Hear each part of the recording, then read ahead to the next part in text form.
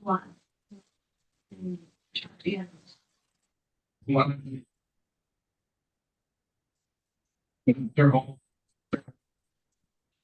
Oh, you think they position? Yeah. I. Like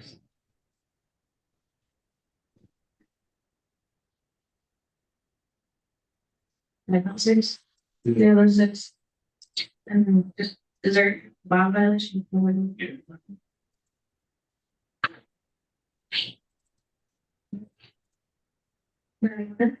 It's got two. Oh, I'll see you make myself forward for that.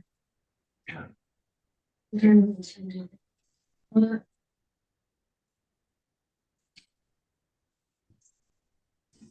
Okay. You can hear me in the jail?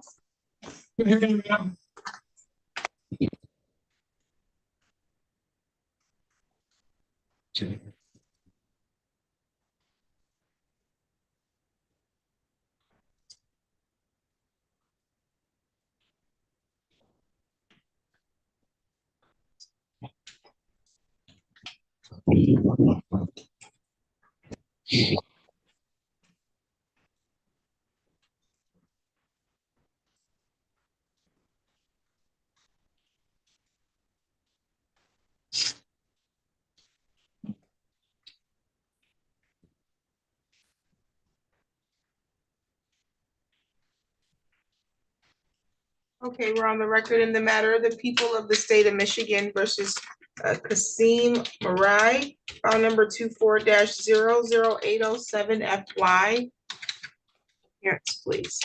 Taylor Wicks, Assistant Public Defender on behalf of Mr. Marai for purposes of arraignment. He has made application with the Public Defender's Office. Remove your hood, please. Pat, you're good. Okay. Okay, today's the date Mr. Marai set for an arraignment. I have a felony complaint here. Sorry. It alleges that I have a felony complaint here that alleges that on or about April 1st, 2023 through February 11th, 2024 at the area of 913 Cleveland Street, City of Lansing, Ingham County, State of Michigan, that you did allegedly commit the acts in count 1. I don't get that, ma'am. I just want to speak Arabic. You speak Arabic? Yeah, I request to translator. Okay, Ms. Wicks, did you meet with him with a translator? No, I did not. I have the information Mr. Goodrich provided to me yesterday. But I do not believe Mr. Goodrich spoke to him with a translator either. I believe Mr. Marai speaks enough English, but has a hard time grasping legal concepts, was my understanding. Yeah, but I request that from yesterday. No one mentioned that. Okay. Okay, we'll call him later. I'll move on.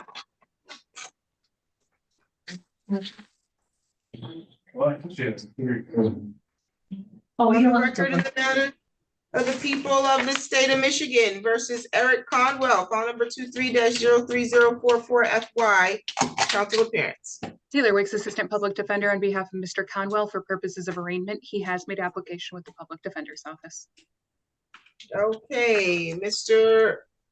Conwell, today's the date and the time that's set for an arraignment. I have a felony complaint here. It alleges that on or about February 27th, 2023, at the area of 217 South 8th Street, Apartment 2, City of Lansing, Ingham County, State of Michigan, that you did allegedly commit the act in count 1 of torture. The allegations are that you did with the intent to cause cruel and extreme physical or mental pain and suffering, inflict great bodily injury or severe mental pain or suffering upon a Maria Barrera, a person within his custody or physical control, and that the maximum, and that this was contrary to Michigan Compiled Law 750.84. This is a felony. The maximum penalty is life or any term of years and a consecutive sentence may be imposed under MCL 750.506A if the assault was committed in a place of confinement. There's a count 2 of domestic violence. It alleges that you did make an assault or an assault and battery upon a Maria Barrera, an individual with whom you had a dating relationship contrary to MCL 750.812. Restitution may be ordered as this offense may have resulted in damage to another individual's property or physical injury or death to another individual. Count 2 is a misdemeanor with a maximum penalty 93 days in jail and or $500 in fines, and a consecutive sentence may be imposed if the assault was committed in a place of confinement. There is, however, an habitual offender third offense notice. It says, take notice that the defendant was twice previously convicted of a felony or an attempt to commit a felony, and that on or about March 25th, 2015, he was convicted of the offense of assault with the intent to rob while armed in violation of MCL 750.89 in the 30th Circuit Court for Ingham County, State of Michigan.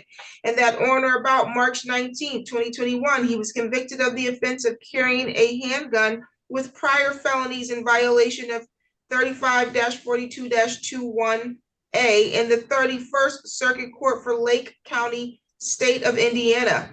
Therefore, defendant is subject to the penalties provided by MCL 769.11. That would enhance your penalty to twice the maximum sentence on the primary offense or a lesser term. The maximum penalty cannot be less than the maximum term for the first conviction. Do you understand the charges read in the maximum penalty and the habitual offender third offense notice? Yes, ma'am. Okay, you have the right to be represented by counsel. You're represented today by Ms. Wicks from the Office of the Public Defender. You have the right to have an attorney represent you at each stage of the criminal prosecution. You have the right to be represented by counsel if you're questioned by law enforcement. If you cannot afford to hire an attorney, you can make a request to have the Public Defender's Office represent you at the expense of the public. Do you understand your right to counsel? Yes, ma'am. You have the right to remain silent. Anything you say and anything you put in writing can be used against you. You have the right to plead guilty. You can plead not guilty or you can stand mute. If you stand mute, this matter will continue all the way through to a jury trial. You're being charged with a felony in this matter, and so you have the right to have a preliminary examination within 21 days of today's date, unless you waive that timeline of 21 days or the court finds good cause to go beyond 21 days. At the time of your examination, you have the right to require the prosecutor meet their burden of establishing that they have sufficient probable cause that a crime was committed, and then probable cause sufficient to charge you with the crime. You're currently scheduled for a probable cause conference before Judge Cynthia Ward, March 28th, 2024 at 9 o'clock in the morning. You may appear in person or via Zoom for your probable cause conference. You have a preliminary examination before Judge Ward in person at the court, April 5th, 2024 at 9 o'clock in the morning. Did you get your notice to appear, sir? Yes, ma'am. You have the right in this matter to proceed to a jury trial, and you have the right to the presumption of innocence, meaning you're innocent until proven guilty. You have the right to require the prosecutor prove your guilt at a jury trial. They would need to prove each charge or each element of each of the charges being brought against you beyond a reasonable doubt at your trial. You have the right to see, hear, or question in court any of the witnesses that they call against you to testify at your trial. You have the right to subpoena witnesses to trial to testify on your behalf, or you can waive your right to silence because you do have the right to remain silent at your trial and not have silence be used against you. If you waive your right at trial, you can testify, understanding that the prosecutor would have the right to cross-examine you. You also have the right to present evidence at your trial that you believe show a defense to the charge being brought against you. Do you have any questions about your rights? No. Okay. Are you currently on probation or on parole? No. Do you have other criminal matters pending? I have a hold in Indiana. A hold in Indiana for what?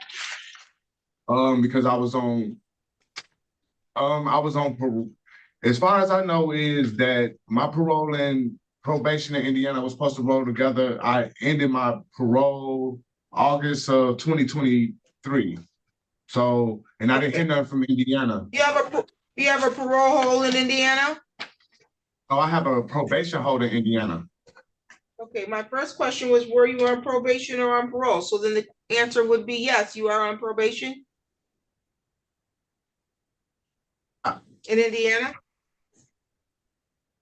As far as I know, I'm assuming, yeah, because I got a warrant for it, but up to my knowledge now, I thought I was off of it when I got off parole out here. So, Okay, let's see. What's your home address? 430 North Larch Street. You said 230 North Larch Street? No, ma'am, 430. Okay, you're staying at the shelter? Yes. How long have you been staying there? Let's see. Since like February of 2023. I want to stay with over there. I'm gonna try to see now. What's your phone number? 517-488-6992.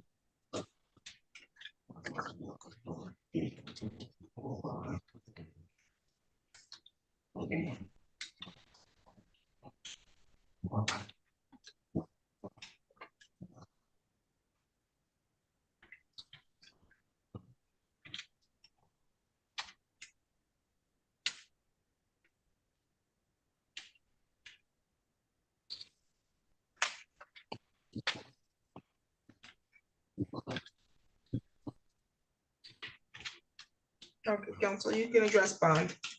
Thank you, Your Honor. Mr. Conwell made representations to me that other than that conviction in Indiana, that most of his criminal history was relatively dated, that he possibly did have one or two failures to appear, but never on purpose. It was something he wouldn't have had notice for. He does have family here in the area, has lived in the Lansing area for approximately a third of his life, and is employed here in the area, and is not currently on probation, parole, or bond. While serious, there are bond conditions that can protect the complaining witness in this file. I would be respectfully requesting a personal or cognizance bond with a GPS tether or a 10% bond for Mr. Conwell. Thank you. Thank you. Is he requesting court-appointed counsel? He is. Okay, the court will note that he's requesting court-appointed counsel and enter a plea of not guilty on his behalf. I do have a bond recommendation from the Ingham County Prosecutor's Office. Let's see, per MCLA 765.6, they have indicated some factors that would raise a concern about the protection to the public. They have indicated that the defendant is on parole in another state, that his parole status has not been discharged, that this is a matter that has been charged with violence towards another person, that the defendant has a history of violent behavior directed towards the alleged victim, and that there's a history of threatening or harassing behavior toward a victim and or witnesses, and that this was an alleged individual with whom the defendant had an intimate relationship with. Other factors to be considered is escalation of violence or risk-taking over time. It states here that the defendant has a history of assaulting the victim, and that in this particular incident, he allegedly assaulted and tortured her for over 6 hours, including putting a lit cigarette out on her skin while holding her down. Again, it mentions the defendant is on parole for a violent crime. The people are requesting $150,000 cash surety bond with GPS tether, victim notification, and exclusion zone. I have reviewed the defendant's prior criminal history here in the state of Michigan, which is not that dated, but nonetheless, it is assaultive in nature. I don't have much information about what is going on in the state of Indiana other than what is listed on the charging documents and the bond recommendation, and that is that the defendant is currently on a parole, and the defendant is aware of a parole hold, at least at this point, which would indicate that he has not been discharged from parole in Indiana, and that he is on parole for a felony carrying a handgun with prior felonies, I believe is the matter that he may be on parole for out of Indiana. That is not what's clear to the court. The bond recommendation indicates he's actually on hold for a parole for a violent crime. So if that's the case, that information has not been provided to the court. Nonetheless, based on the allegations, the parole hold in another state, the court does have concern, not just for the public safety and the victim, but a concern about whether or not he will return to court on his own recognizance. There is indication of him possibly having 2 or more failure to appear in court in the past. With that being said, the court will adopt the bond recommendation of the prosecutor's office. Bond is set in the amount at $150,000 cash surety with GPS tether and victim notification if possible.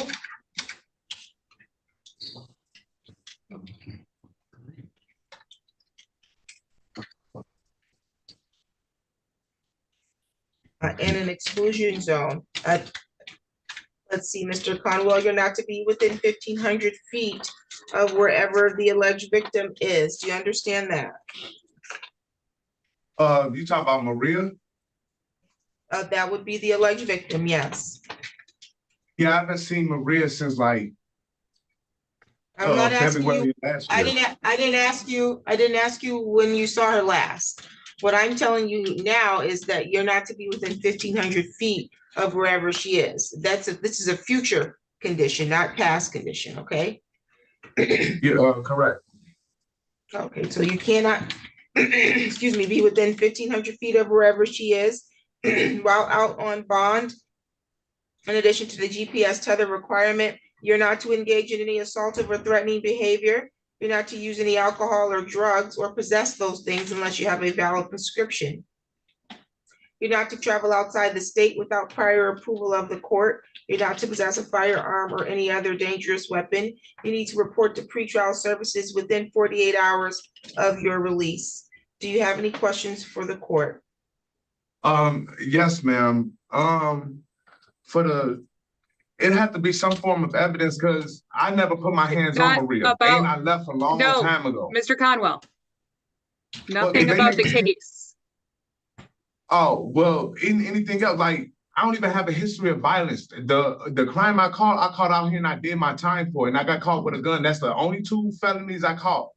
The torture and the domestic violence, I wasn't even near Maria, so I ain't even worried about this Mr. one Conwell. sticking. And I didn't know about Indiana, and it's probation. I'm not on parole. I'm parole in Michigan. My question was, did you have a question? I didn't ask you about all this ranting statements that you have. You're all I'm set. not ranting. Thank you. I'm not He's free to go. ranting, but He's free to go. y'all ain't. Bye. Bye. Bye. Okay, wait. Keep that.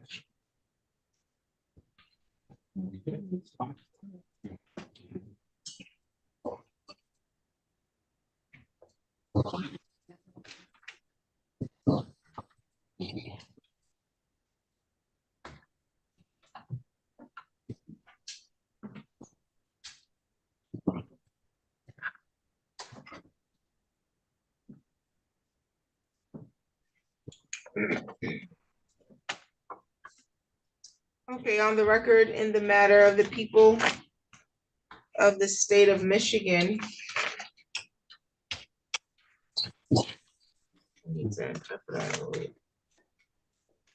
Versus Amber Morris, file number 23-02542, counsel apparent. Taylor Wicks, Assistant Public Defender, on behalf of Ms. Morris, who has made application with the Public Defender's Office. Hi, Oh, hi, you're Amber Morris. it's me. Okay, the court's gonna note that there was a request for court-appointed counsel. Ms. Morris, today is the date as set for a matter, actually, it's City of Lansing versus Amber Morris. And I have here a citation for trespassing a red tag property The allegations are that you did trespass at a property located at 216 East Kavanaugh at or near Donald Street. That's in the city of Lansing, Ingham County, state of Michigan, on or about August 10th, 2023 at 9:28 p.m. And so you have the right in that matter to have a trial, and you have the right to a jury trial. You have the right to be represented by counsel at that trial.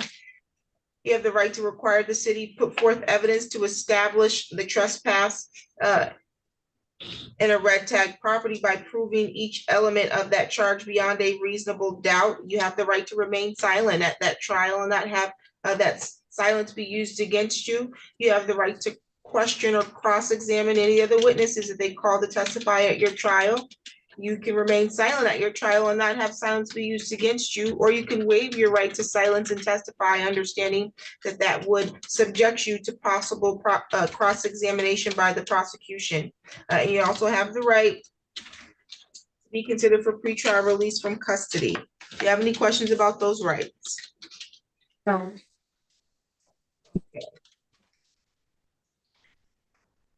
Court will enter a plea of not guilty at this time. You are currently scheduled for a pre-trial conference before me, Judge Kristen Simmons. It's going to be Monday, April 1st at 1:15 p.m. Okay? Okay. Did you get a copy of your notice to appear for that? Yes. Yes, I did. Okay, very good. What's your current home address? The same address, 216 East Kavanaugh, Lansing, Is Michigan, it- 49. Is that property still red tagged? No, ma'am, I fixed it up and made it not red tagged.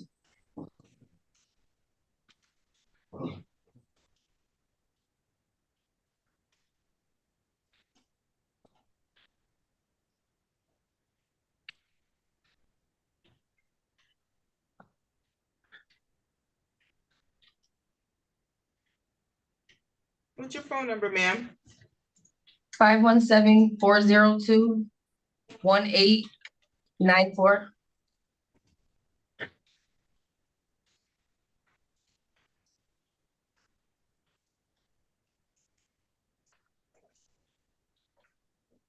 They did not give me a criminal history on this.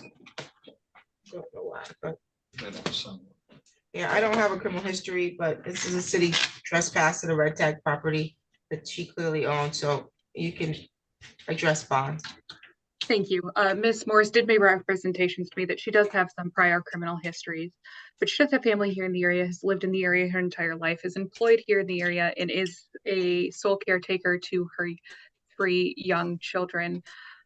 Your Honor, because this is a non-serious, non-violent misdemeanor, I would be respectfully requesting a personal recognizance bond for Ms. Morris. Thank you.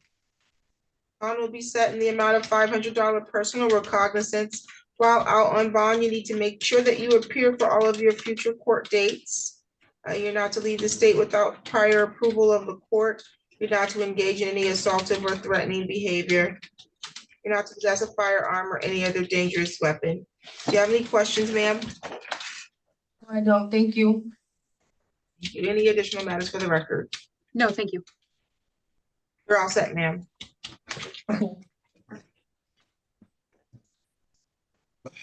Okay, that's for, you're here for Orlano? Yes. Okay, on the record, in the matters of the people of the city of Lansing versus Rudy Orlano, file numbers 24-00197, 24-00239, and 24-00301. Appearance counsel. Taylor Weeks, Assistant Public Defender, on behalf of Mr. Oriano, who is a current client of the Public Defender's Office. How are you, Mr. Orlano? Hi. And I have an interpreter. Raise your right hand. Do you solemnly swear or affirm the test that you were interpreting the matter now before the court completely and accurately and not divulge confidential communication? So help you God. I do. Okay, can you state your first and last name? Carlos Hernandez. Thank you. I'll make pauses so that you can interpret in between my statements. Okay. Okay, Mr. Orlano, you have 3 trespassing files. Entonces, don Orlando, usted tiene tres cargas de entrar sin derecho. You were arraigned on each of those files already. Ya te hicieron su acusación por cada carga de esos entrar sin derecho. And you were supposed to be before Judge Flores Supuestamente usted tenía que estar con el juez Flores on each of those files, en cada cargo and you failed to appear y no llegó a ninguno. on February 6th El 6 de febrero, and February 13th el 13 de febrero and February 20th. y el 20 de febrero. Did you forget about court? ¿Se te olvidó de corte? Estaba en el hospital. Ajá. Ah, Okay, when were you discharged from the hospital? ¿Cuándo salió del hospital? hace como 2 días, 3 días atrás. 2 or 3 days before. Before what? Before today. Before today, okay.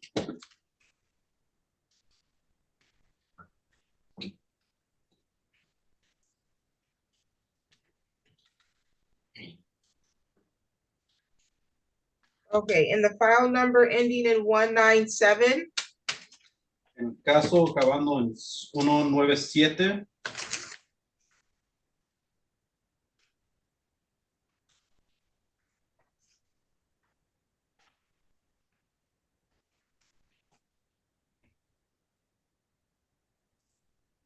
which is for a trespass on the property at High Street ese es para la carga de entrar sin derecho en la calle High and Lake Lansing y Lake Lansing on January 25th. el 25 de enero. That matter is set for a hearing Usted tiene una apariencia con el corte before Judge Flores con juez Flores on April 9th el 9 de abril at 10:30. a las 10:30 de la mañana. Bien. File number ending in 239, En el caso 239,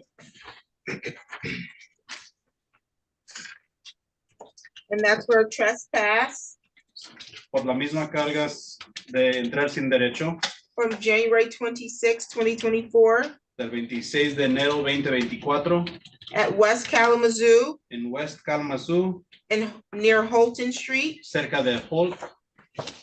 That matter will be set for pretrial. Ese caso va a estar puesto para un juicio previo April 9th el 9 de abril at 10:30 before Judge Flores. a las 10:30 de la mañana con juez Flores. Está bien. File number ending in 301. En el caso acabando en 301, That's for a trespass igual por la misma carga de entrar sin derecho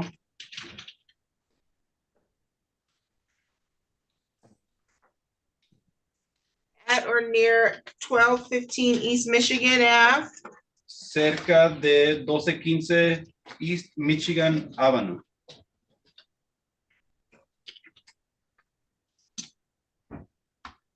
near Pennsylvania Cerca de Pennsylvania on February 5th. el 5 de febrero. That will be reset Esto lo van a poner para otro día, for pretrial, igual para juicio previo April 9th el 9 de abril for Judge Flores. con juez Flores. Está bien. Were you arrested on the April 5th, I'm sorry, on the February 5th matter? En el caso del 5 de febrero te arrestó la policía. No. Sí. ¿Sí te arrestaron? No. No te llevó la policía. No.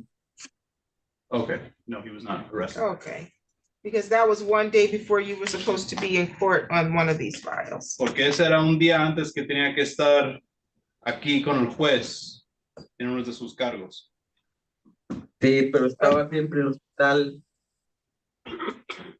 says he was, during that time, he was still in the hospital. I believe this address might be the hospital. You can interpret that. El correo que dio era del hospital. Sí, Yes, that's correct.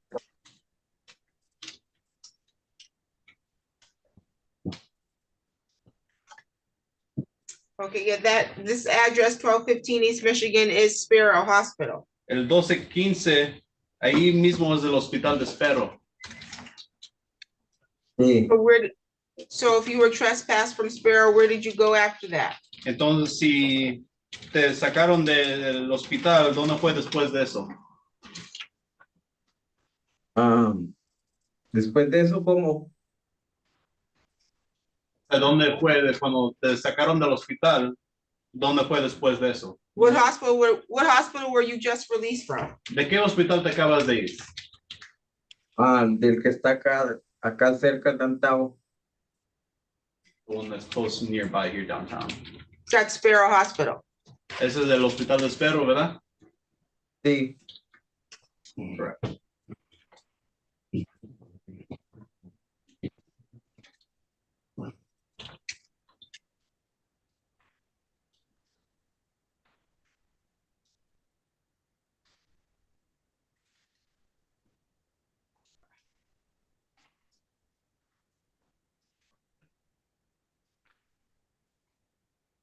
Counsel, you can address bond. Ahorita vamos a hablar de su fianza. Thank you. As these are non-violent, non-serious misdemeanors, Como estas son cargas que no son violentas ni muy serios, and Mr. Oriano is claiming a valid reason for not having appeared, y como usted tiene una razón válida de por qué no llegó a corte, I would be respectfully requesting one last chance at a personal recognizance bond. van a pedir una última vez con respeto que te den una fianza sin pago para salir. Thank you. Gracias. Mr. Oriano, where's your address? Don Oriano, ¿dónde está viviendo ahorita? en el Holy Cross. Holy Cross.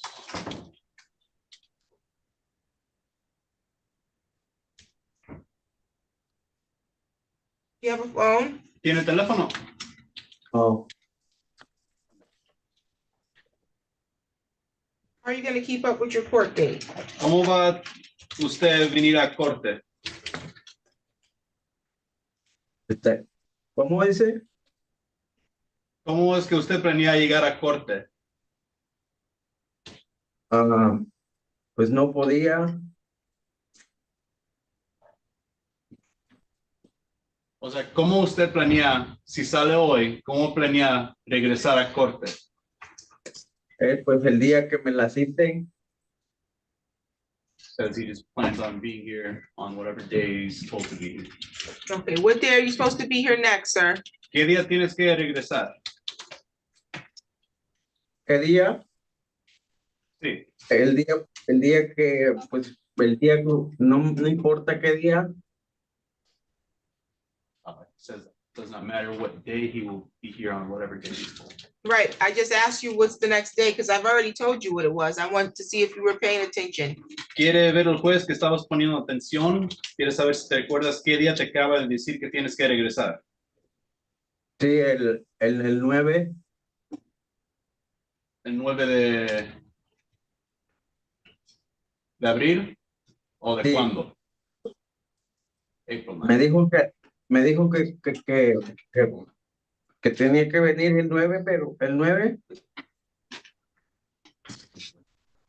Perdón, diga otra vez.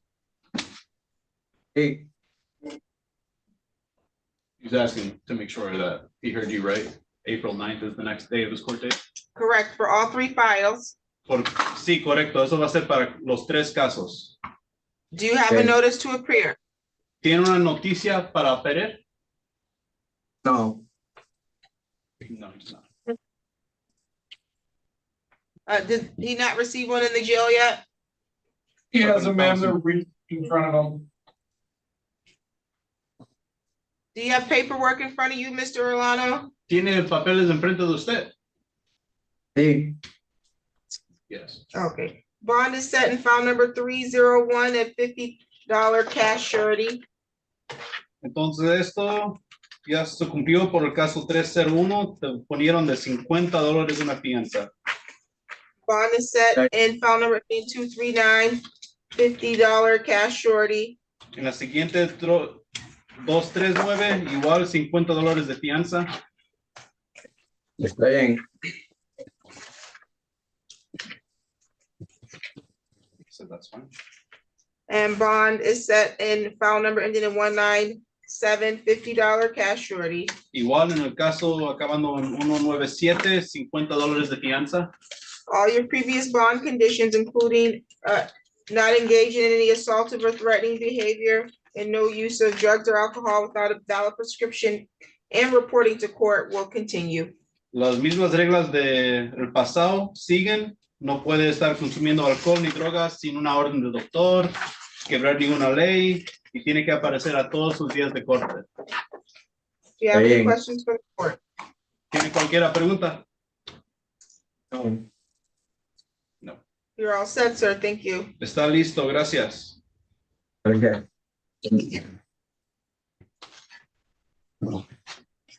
Thank you.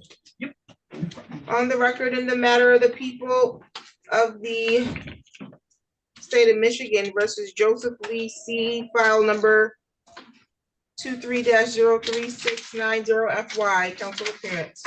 Taylor Wicks, Assistant Public Defender, on behalf of Mr. C, who has made application with the Public Defender's Office.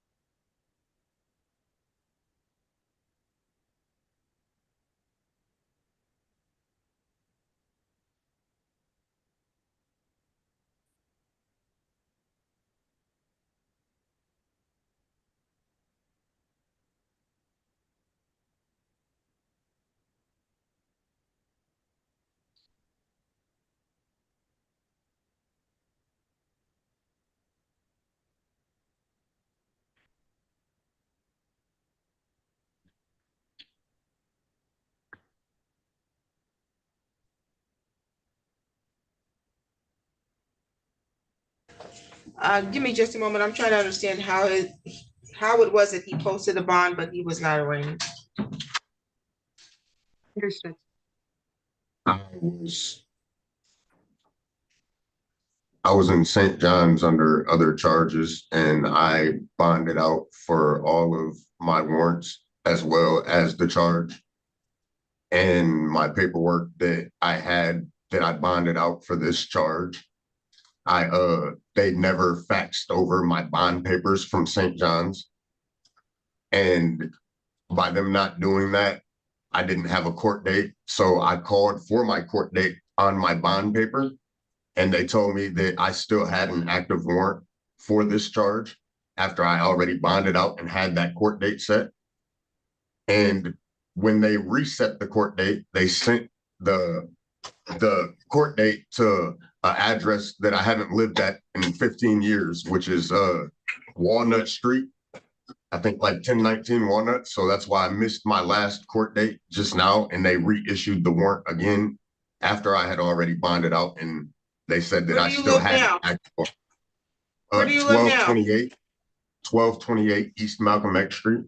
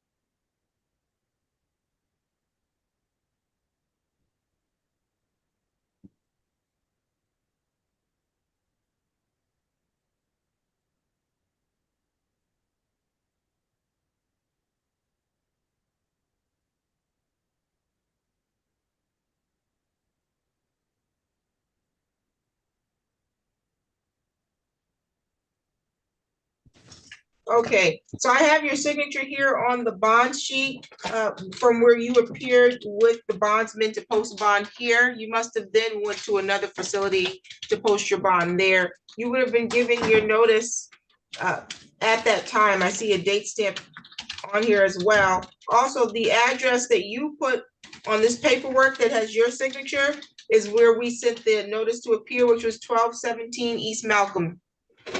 Okay, I haven't stayed there in a minute either. I got the address that I have is for 1228. But it also does show it on there that That's the address that you provided the court when you bonded, is the 1217.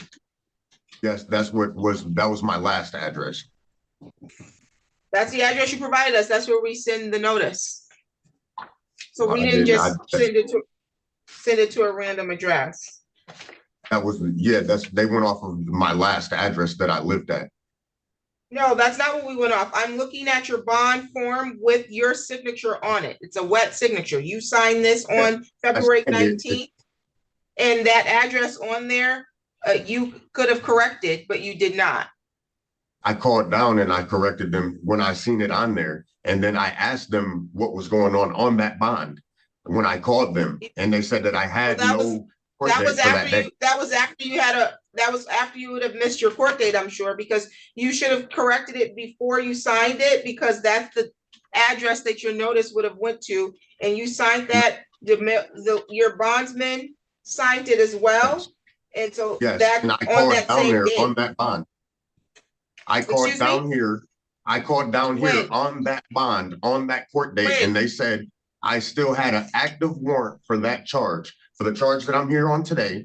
They said I still You had an called active down warrant where? for this charge. You called Down here. down to the court on the date that you were supposed to appear?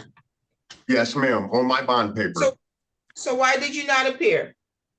They told me that I had no court date to show up to down here, that bond was never faxed over from St. John's, that I still had an active warrant in the system.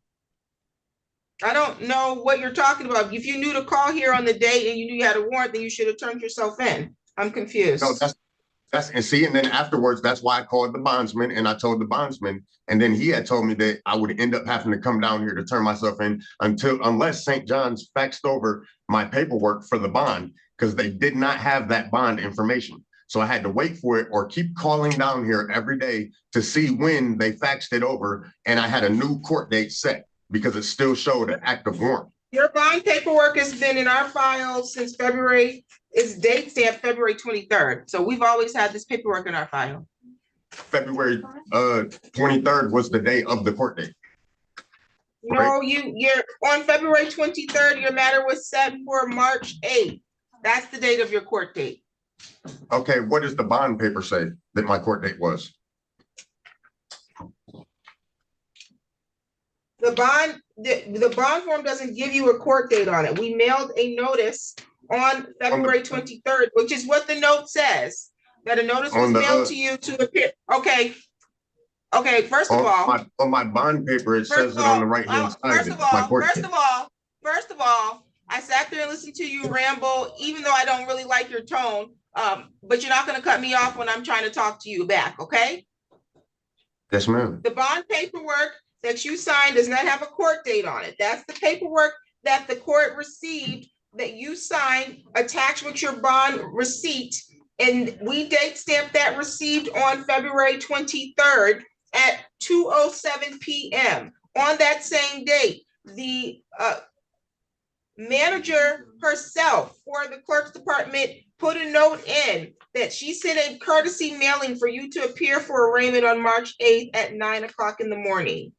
So, and she sent it to the address. You made a statement when you first started speaking that the address was sent to an old address. Well, this is the address that you provided the court on February 23rd. And that on February 23rd, it was sent to that notice. So any failures in communication are attributed to you and not to the court or to the bondsman, because you signed this paperwork. Nonetheless, I have here a felony complaint here that you need to be arraigned on. It alleges that on or about July 12, 2023 at East Grand River and Chester Street, City of Lansing, Ingham County, State of Michigan, that you did commit the act in count 1 of controlled substance, possession of methamphetamine ecstasy, and that you did knowingly or intentionally possess methamphetamine, contrary to Michigan Compiled Law 333.74032BI. That's a felony, maximum penalty 10 years and or $15,000 in fines. There's a count 2 of controlled substance, possession of cocaine, heroin, or other narcotic.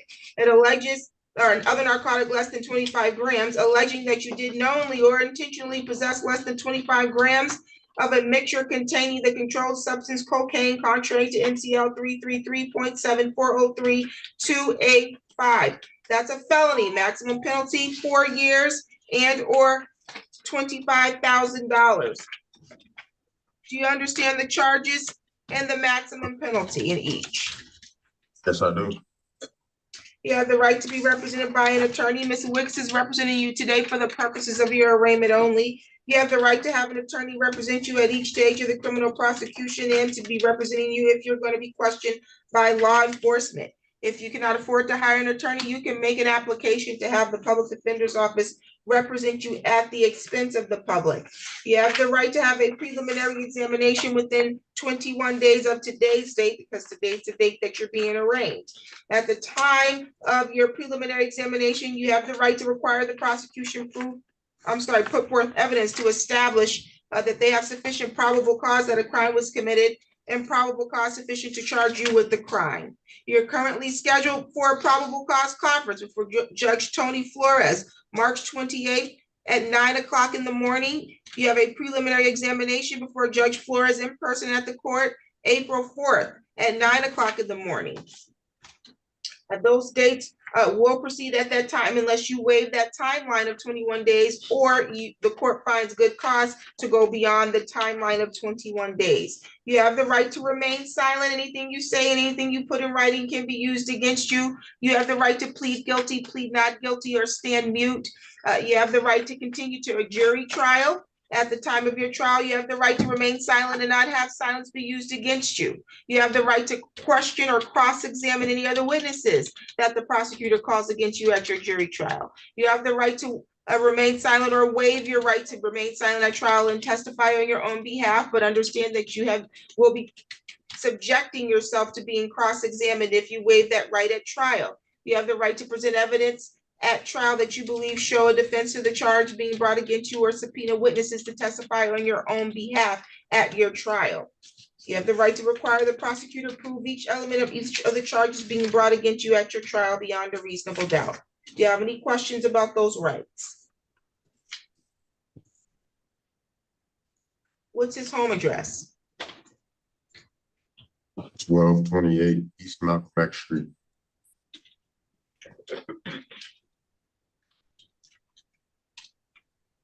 Are you currently employed? No, I'm not. What's your phone number? 517-894-9081.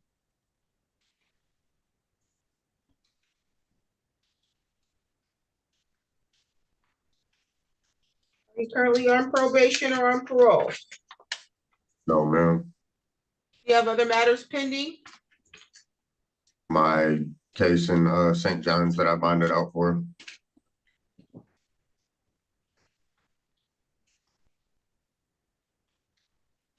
I also have a ticket in East Lansing.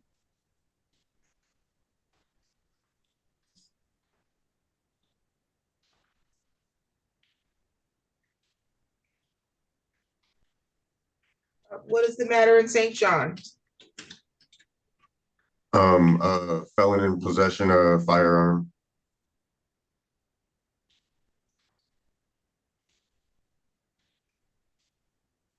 In which I've had court dates and I've made every single one of those. They didn't give us a bond.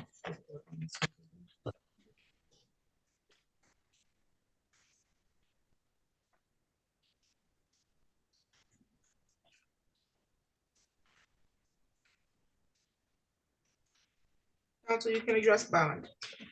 Mr. Say made representations to me that he does have some prior criminal history, that other than this case, any failures to appear would have been dated when he was much younger.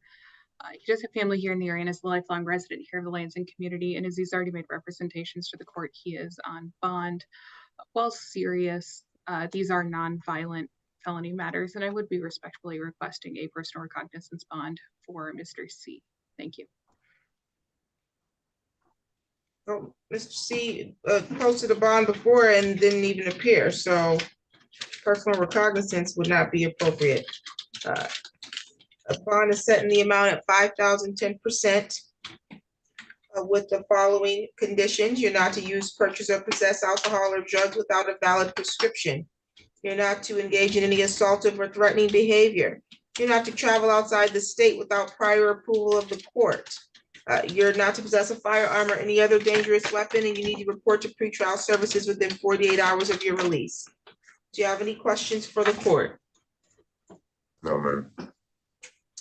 You're all set.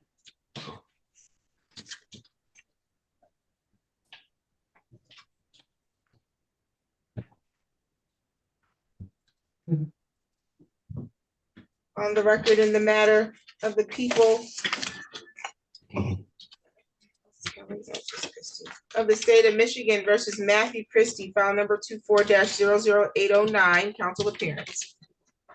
Taylor Witch, Assistant Public Defender, on behalf of Mr. Christie. He has made application with the Public Defender's Office. Okay, Mr. Christie, today's the date set for an arraignment on a felony complaint that alleges that on or about March 20th, 2024 at the area of 101 North Washington Ave, City of Lansing, Ingham County, State of Michigan, that you allegedly committed the act of count 1 of breaking and entering a building with intent.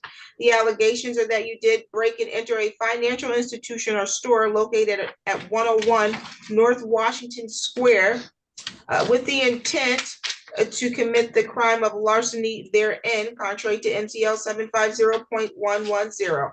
Count 1 is a felony and the maximum penalty is 10 years in prison. Do you understand the charge and the maximum penalty? Yes, Your Honor.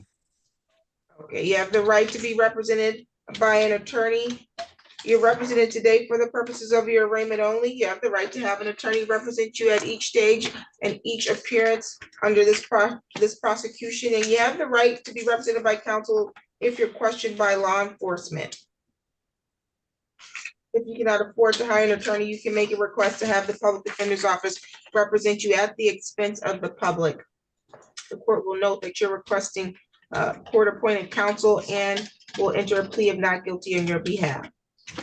You have the right to remain silent. Anything that you say and anything you put in writing can be used against you. You have the right to plead guilty, plead not guilty, or stand mute.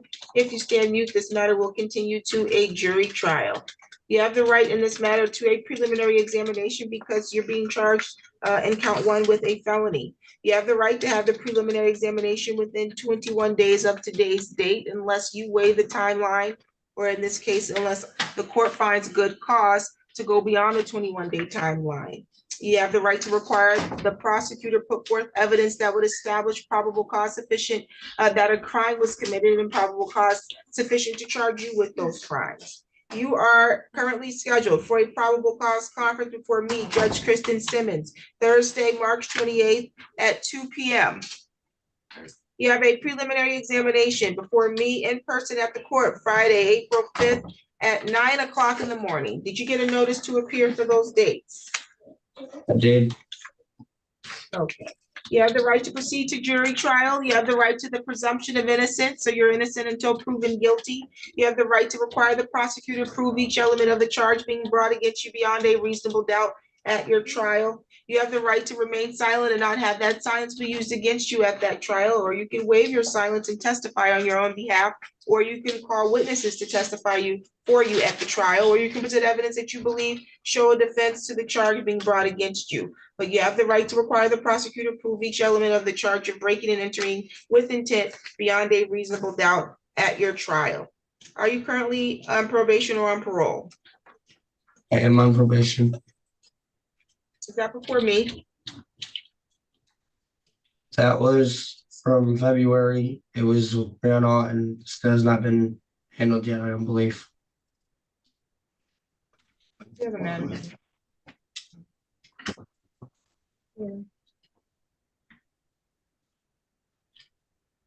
He's on probation before me.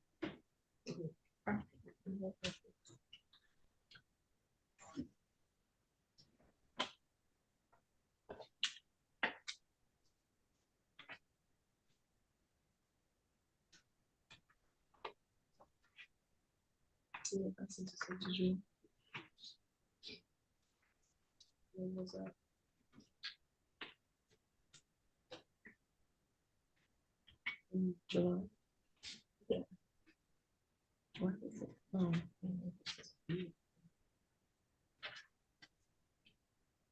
Oh, exactly. Because it's probation, and then you just sent it to.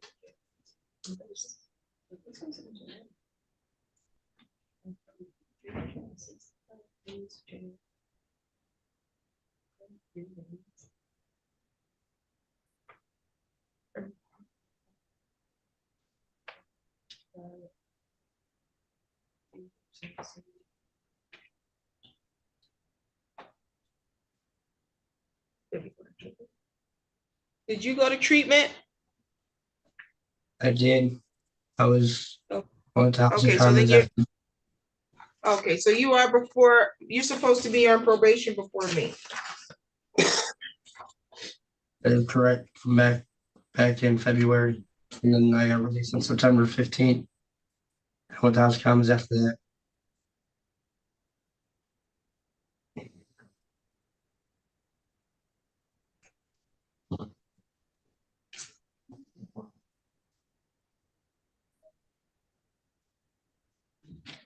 Okay, but you've not been in touch with probation since you've been released, according to this bond information that I have. Okay, I have a phone and the address I had. excuse me? I have not a phone, so I haven't been able to get a hold of Brianna Houghton, but I have been aware, and was gonna go talk for. Well, the allegations are that you were around the corner yesterday, so I think you know how to get in touch with Miss Otten because she's in this building. I was not aware she was in this building. I thought she was over at the Veterans Memorial Courthouse. Now that Okay, I'm aware of that, you should I have, know her. you should have been aware because you appeared here before me and I sentenced you, I remanded you to court, Correct. I was revoked the back in- special status. I remanded you to jail, and I allowed you to go to treatment, and I converted the balance to probation upon the completion of that treatment. And Ms. Otten has not heard from you, and you did not just get out of treatment yesterday. No, I did not. You are correct on that. That was back in September. Thank you. That's all I asked. That's all I asked. Thank you. Okay, let's see. What's your home address? 3629 Delta River Drive, 48906. What's your phone number? 231-564-0978.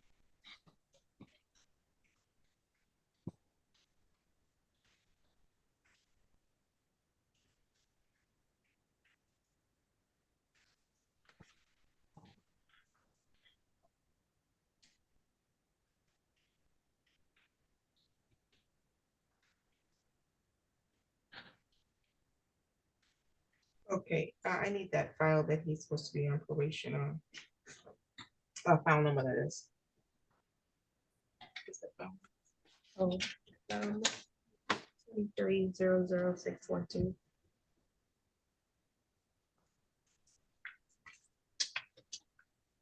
Council, you can address bond. Thank you. Mr. Christie made representations to me that he does have some prior criminal history, that he did not have any fire failures to appear. If released, he would be released to live with family and has lived in the Lansing area for the past 2 years. And as the court is already aware, he is on probation. As this is a serious felony matter, however, it does not allege any violence. So I would be respectfully requesting a personal recognizance bond for Mr. Christie. Thank you. Okay, I just indicated that he was on another file before me, and he was remanded and sentenced to 365 days jail. That was back in July. It's not July yet, so we know we don't have 365 days.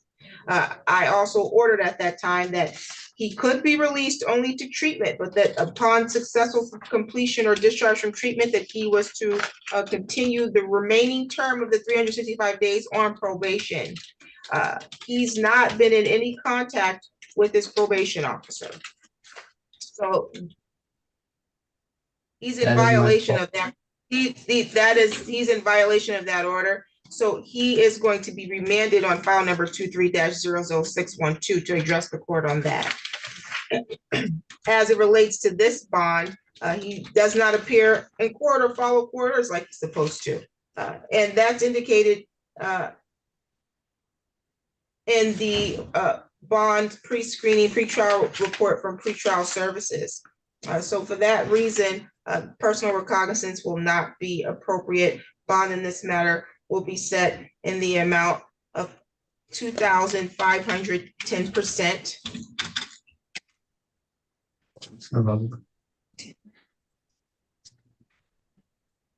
While out on bond on this file, you're not to use, purchase, or possess alcohol or drugs without a valid prescription. You're not to possess a firearm or any other dangerous weapon. You're not to travel outside the state without prior approval of the court. You'll report to pretrial services within 48 hours. And you're not to be at the address of 101 North Washington Ave.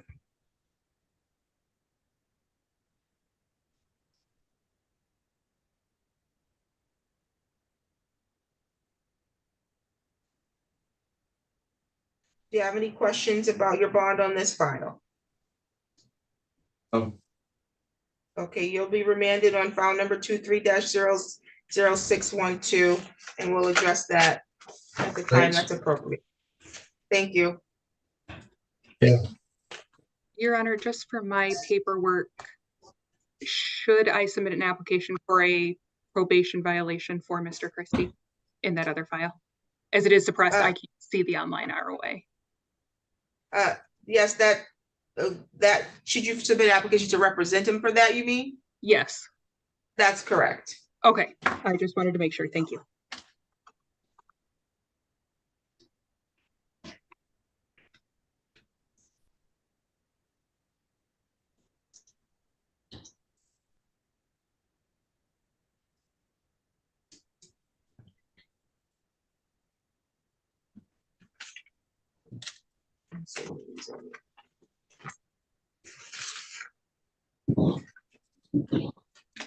Okay, on the record in the matter of the people of the state of Michigan versus Edith Blamo, file number 24-00817.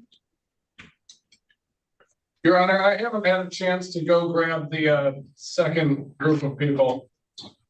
Okay, is the only person that you have in there the person that needs an Arabic interpreter?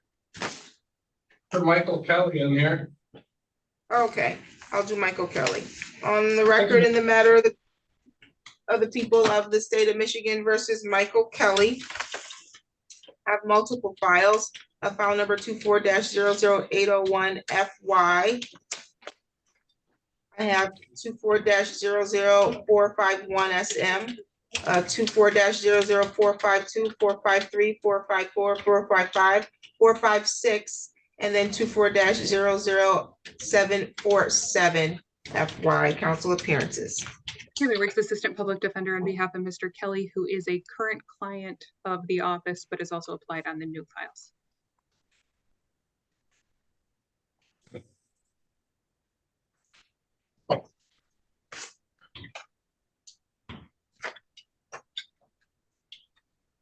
Step forward, please. You're Michael Kelly? True. Okay, Mr. Kelly, taking file number ending in 808 first. It's a felony. The maximum penalty being 10 years in prison alleges that on or about March 19, 2024 at 216 South Washington Ave, Washington Square, Unit B, City of Lansing, Ingham County, State of Michigan, that you allegedly committed the act in count 1 of breaking and entering a building with intent It alleges that you did break and enter a store located at 216 South Washington Square with the intent to commit the crime of larceny therein, contrary to MCL 750.110.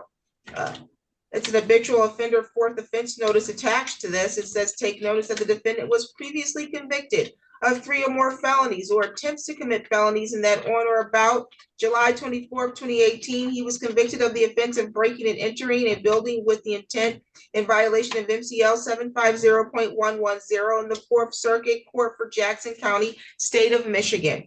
And that on or about March 6, 2019, he was convicted of the offense of breaking and entering a building with intent in violation of MCL 750.110 in the 30th Circuit Court, Ingham County, State of Michigan. And that on or about December 11, 2020, he was convicted of the offense of breaking and entering a building with intent in violation of MCL 750.110 in the Fourth Circuit Court for Jackson County, State of Michigan. And therefore, the defendant is subject to the penalties under MCL 769.12. That enhances the maximum penalty for count 1 to life if the primary offense has a penalty of 5 years or more. Again, that was count 1 had a offense of maximum penalty 10 years, so that would enhance your maximum penalty to life if convicted. Do you understand the charge and the maximum penalty in that count? So Okay. File number ending in 451. Your Honor, I do believe all of the misdemeanor finals are retail fraud second degrees. If you did just want to read them once and say that the charges were identical in each, I would have no problem with that.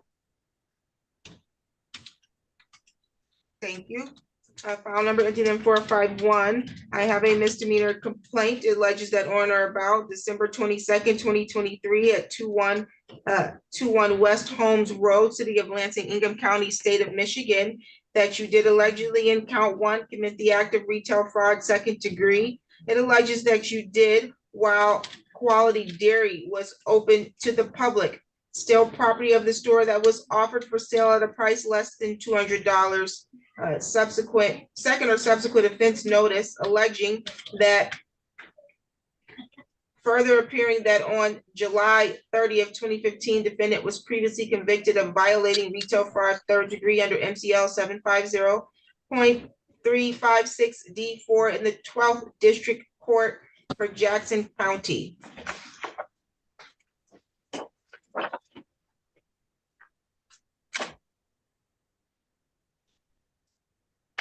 File number ending in 452, again alleges a retail fraud second at Quality Dairy on or about December 25th, 2023 at the area of 2400 East Michigan Ave, City of Lansing, Ingham County, State of Michigan. File number ending in 453.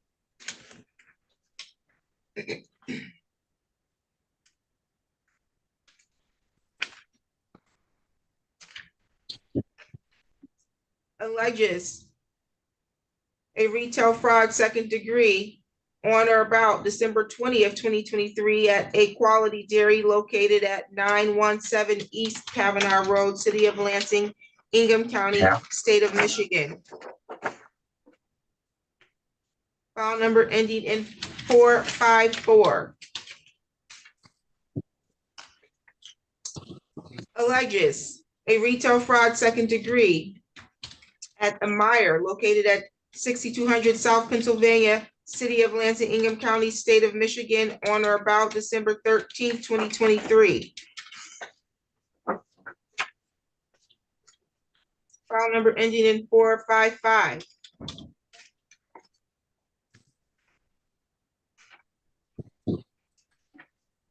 Alleges, excuse me, a retail fraud second degree on or about December 23rd, 2023 at the area of 2400 East Michigan Ave, City of Lansing, Ingham County, State of Michigan, also known as Quality Dairy.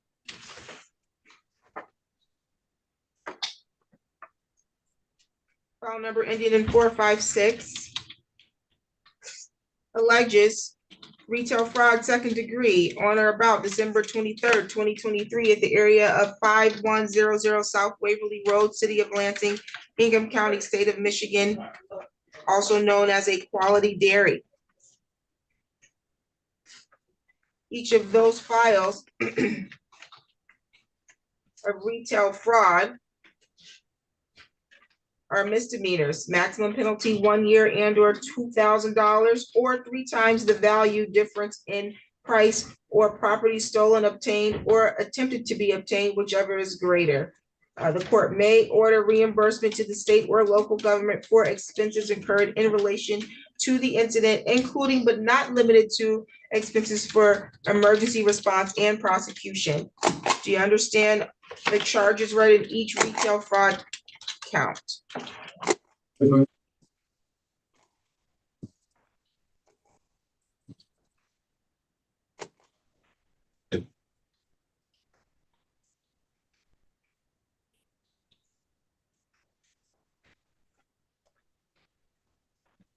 And then file number ending in 747. It looks like you were arraigned on this. Let me see. No, you were not. In custody bond violation. Your Honor, he was He arraigned was on that. Yes, but Okay, Judge he Ward was, last Thursday. he was not arraigned on the bond violation. Correct. Okay, you have a breaking and entering and building in this matter and a retail fraud, and there is a bond violation, or I should say bond violations. So let's see here. I'm sure they are relative to the new charges that the court just read. So yeah, bond violation relative to alleged incident from 319 at 216 Washington Square. And so in that matter, you would have the right to have a contested hearing on the bond violation, understanding that your bond could be revoked and you can be sentenced to a contempt of court if found in violation of your pretrial release. Do you understand that, sir? Yes.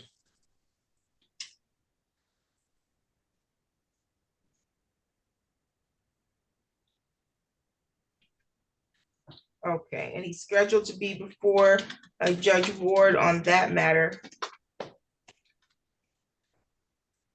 this week. I'm sorry, Judge Buchanan, this week. Let's see.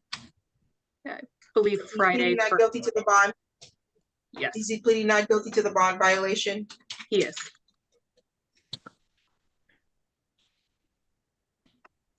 Okay, we'll set this for a hearing on the bond violation the same date as the exam, which is going to be March 28th at 1:45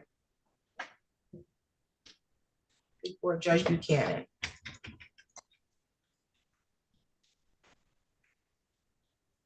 Okay, and the new felony matter of breaking and entering that I read to you, you have the right to a preliminary examination within 21 days of today's date. You have the right to require the prosecution put forth evidence to establish sufficient probable cause that a crime was committed and probable cause sufficient to charge you with that crime. You have a probable cause conference before Judge Buchanan, March 28th at 9:30 in the morning, and a preliminary examination before Judge Buchanan, April 4th at 8:30 in the morning. Did you get your notice to appear for that Yes. file?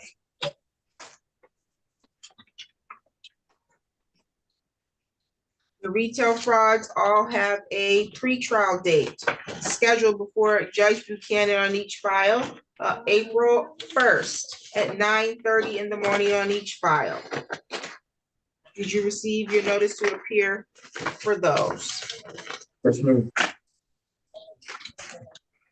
In each of these files, you have the right to proceed to a jury trial. You have the right to require the prosecution prove each element of the charges being brought against you beyond a reasonable doubt. You can remain silent at your trial and not have silence be used against you. You have the right to the presumption of innocence. So until the prosecution prove each element of each of the charges in each of the files being brought against you beyond a reasonable doubt, you are innocent until proven guilty. You have the right to cross-examine or question any other witnesses the prosecution intends to call at your trial to testify against you. You have the right to call witnesses to testify on your own behalf, or you can waive your silence and testify for yourself at trial. And you also have the right to present evidence at trial that you think show a defense to the charges being brought against you. Do you have any questions about those rights? No. Okay, he's requesting court-appointed counsel on each file and pleading not guilty. Ms. Wicks? That is correct.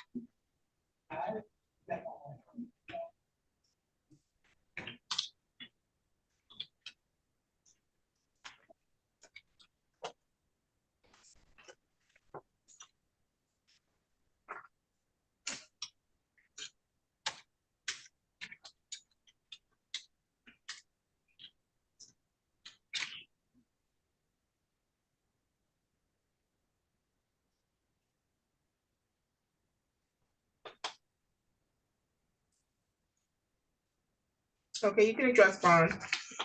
Thank you. Mr. Kelly made representations to me that he did have some prior criminal history, but none of it was assaultive in nature, that he had no prior failures to appear, that he did live in the Lansing area for approximately half his life. As the court is aware, he is on bond.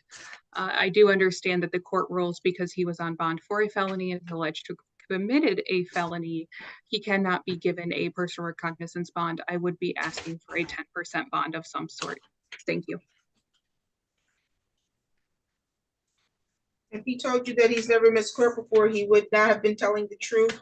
The records reflect here in the Ingham County Circuit Court Pretrial Services Report that records reflect that he has more than 2 qualifying failure to appears, and those to be counted as risk factors. It also states that when he was released from the Ingham County Jail back on March 14, 2024 on a bond of 2,010%, he was supposed to report to pretrial services. Within 48 hours of his release, he's failed to do that.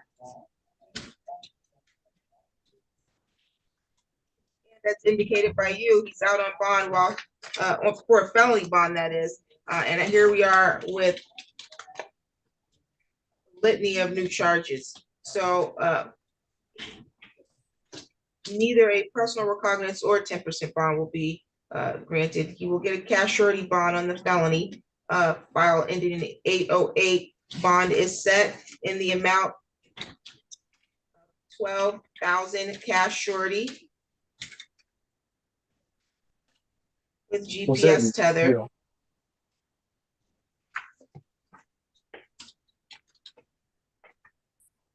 File number 24-00747, which is the matter that he already was arraigned on but failed to report to pretrial services.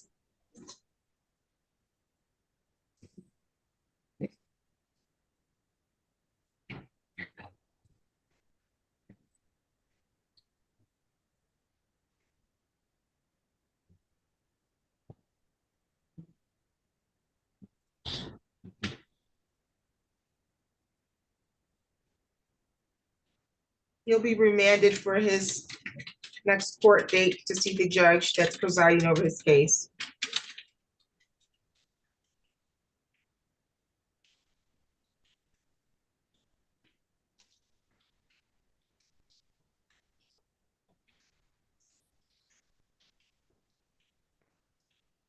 Each retail fraud will have a bond set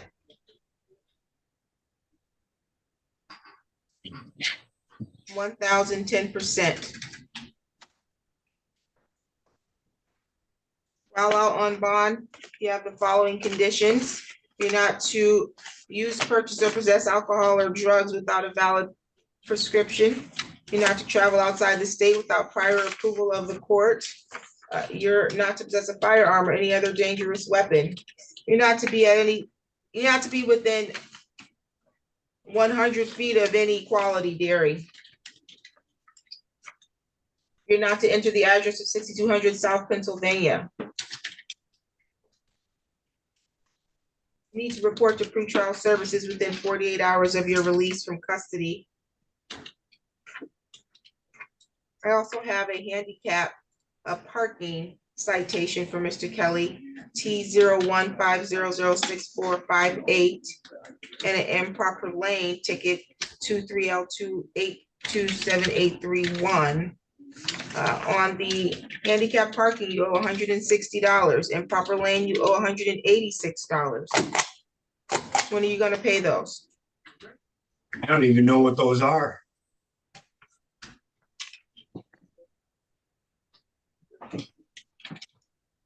What's your middle name? Donovan, According to the citation, it says that you were cited for parking in a handicap parking spot on December 21st, 2023. The improper lane citation that you owe $186 on alleges that you received a citation for improper lane usage, to which you got a default judgment on, and that the date of the offense was December 9th, 2023, 4:22 in the morning. is that here at Lansing? Cause I received the improper lane usage in That's Walker. Okay, No, yeah, I these never are received any Lansing. citations. These are in Lansing. I never received any citations for handicap or improper lane, never. Okay, well, you have default judgments on these, so when are you gonna pay them? As soon as I can. Are you employed, sir? No, not this time. Or yes, yeah, I am, but it's more self-employed, Self-employed doing what? restoration jobs.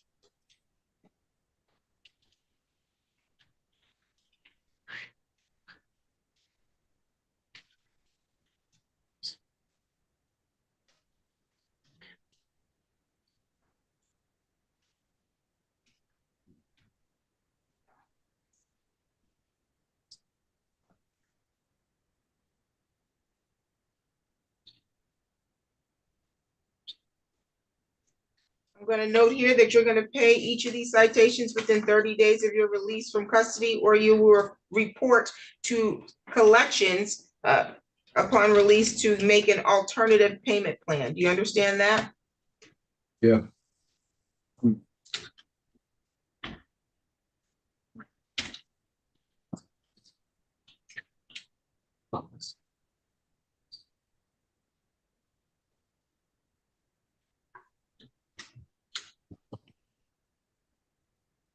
Let me see here. Did I miss this file? Wrong violation. What is this for? Can I ask one question, Your Honor? Just a moment. He has another file, 24-0149. Did I miss something? Oh, okay. You have a file pending in 56A District Court. Sure, I guess.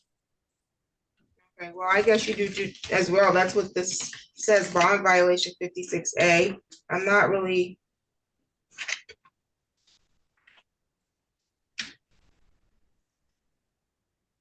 Yep, you'll be remanded to see the 56A District Court. I'm not gonna arrange you on their bond violation.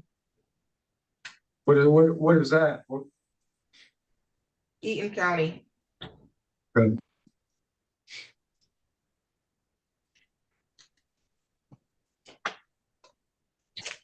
I think that has resolved each of his matters. Did I miss one?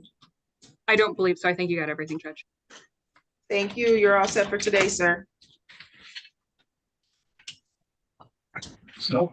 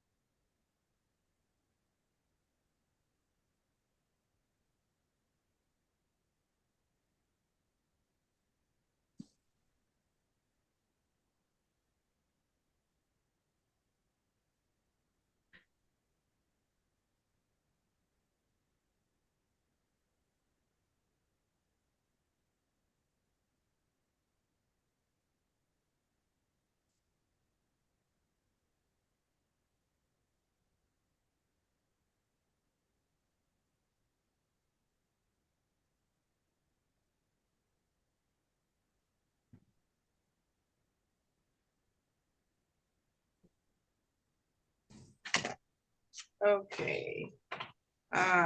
You all need time to get the other individuals? Ma'am, no, we have heard Ms. Blamo, Mr. Hernandez, and Mr. Emilio in this room now.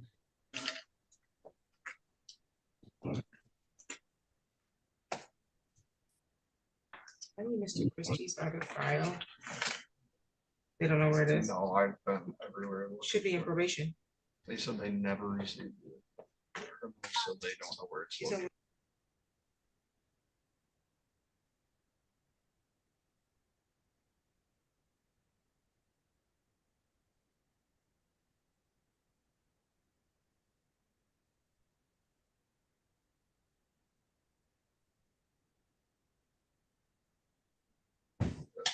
On the record in the matter of the people of the city of Lansing versus Timoteo Almaguer Jr.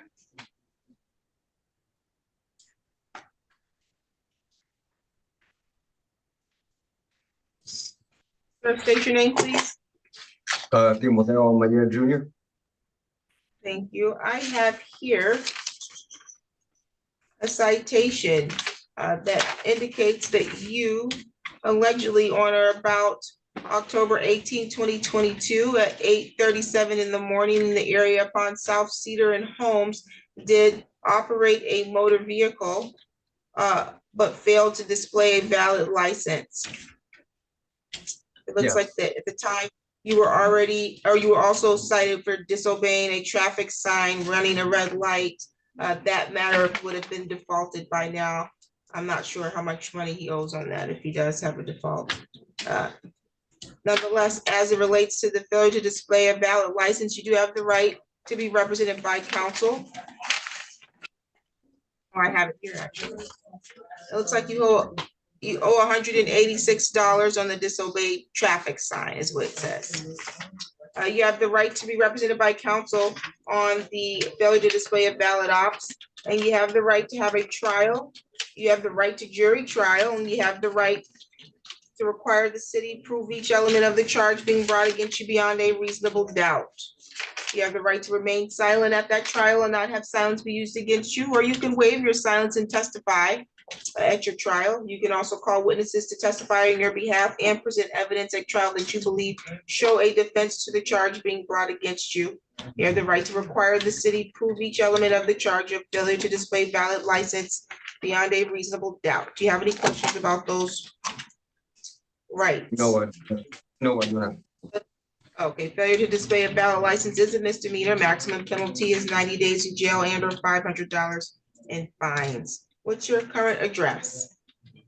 506 Jason's Court, Lansing, Michigan, 489 1010.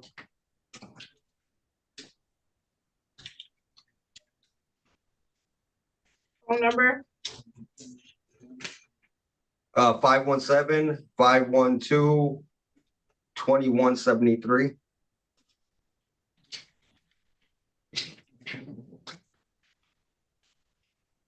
Okay, whose file is this?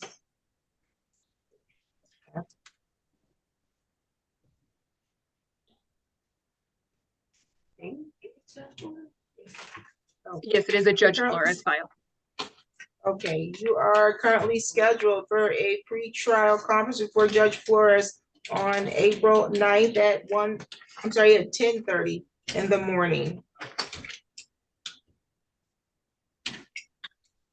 You got your notice to appear? Yes, I did. Okay, counsel, you can address bond. Thank you, Your Honor. Mr. Almaguer made representations to me that he does have some prior criminal history. He does have family here in the area, is a lifelong resident of the Lansing community, is employed here in the area, and is not currently on probation, parole, or bond. As this is a non-serious, non-violent traffic offense, I would be respectfully requesting a personal recognizance bond for Mr. Almaguer. Thank you. Thank you, sir. When are you gonna pay the 186? Roughly within about 2 weeks to a month, I should be able to have the money around to pay it. Are you employed? Yes. Where are you employed? I'm kind of like self-employed. I do like side jobs. I'm working with a buddy of mine's right now, painting.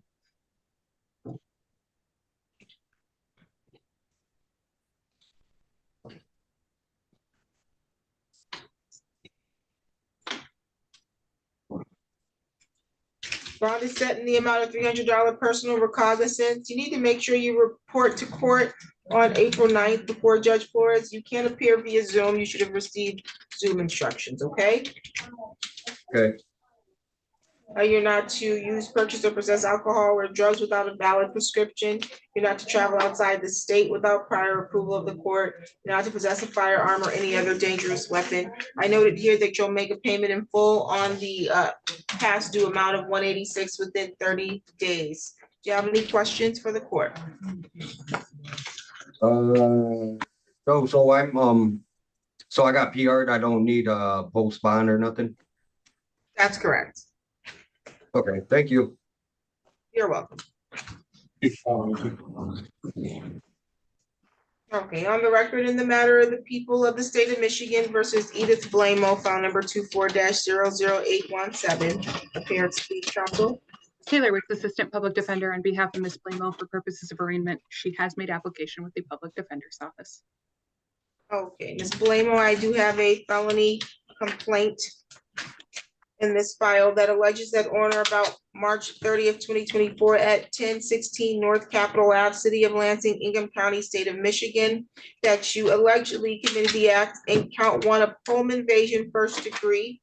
The allegations are that you did break and enter or did enter without permission a dwelling located at 1016 North Capitol Avenue, Apartment 1 in the City of Lansing.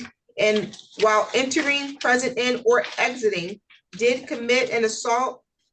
And while entering, present in, or exiting the dwelling, an Abdul Canoe was lawfully present therein. And this was contrary to Michigan Compiled Law 750.110A2.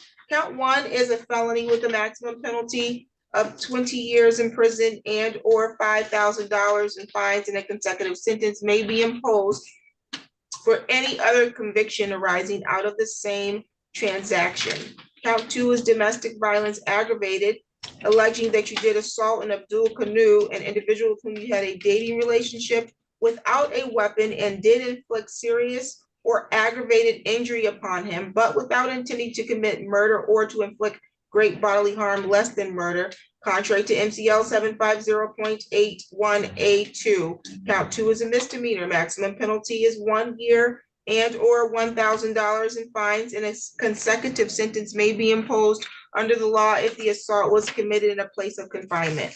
Do you understand the charge and the maximum penalty? Yes, ma'am.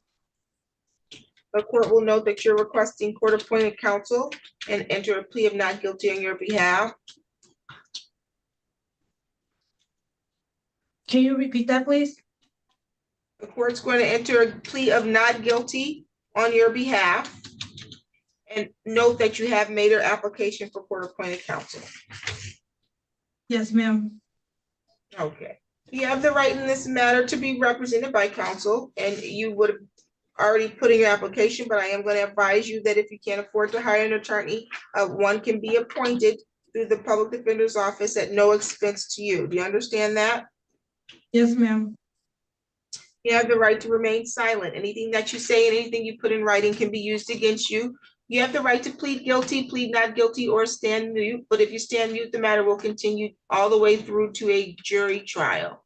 You are being charged in count 1 with a felony. So that means you have the right to a preliminary examination. You have the right to that examination within 21 days of today's date.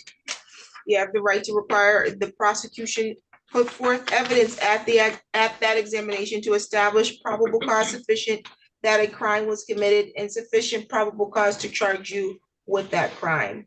You're currently scheduled to have a probable cause conference before Judge Cynthia Ward, March 28, 2024, 9 o'clock in the morning. You can appear via Zoom or in person for the probable cause conference. Your preliminary examination, however, is in person at the court Friday, April 5th at 9 a.m. That timeline of 21 days will proceed for your exam unless you waive it or the court finds good cause to go beyond the 21 days. Do you have any questions so far? No, ma'am. Okay. You have the right to presumption of innocence, so that means you're innocent until proven guilty, and you have the right to require the prosecution prove your guilt at trial by proving each element of the charges being brought against you beyond a reasonable doubt. You have the right to remain silent at that trial and not have silence be used against you.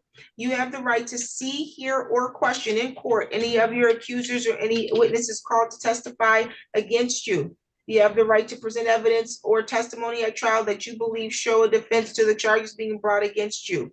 You can remain silent and not have silence be used against you at the trial, or you can waive your right to silence and testify at your own trial on your own behalf, understanding that you will be subject to prosecution cross-examination if you do so. Again, you have the right to require them to prove each element of the charges being brought against you beyond a reasonable doubt. Do you have any questions about those rights? No, ma'am. Okay, are you currently on probation or on parole? No, ma'am. What's your home address? 421 North Waverly, Lansing, Michigan, 48917.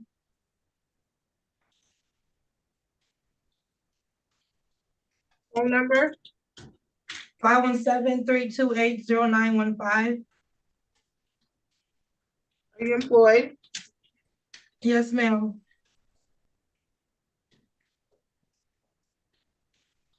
At Amazon?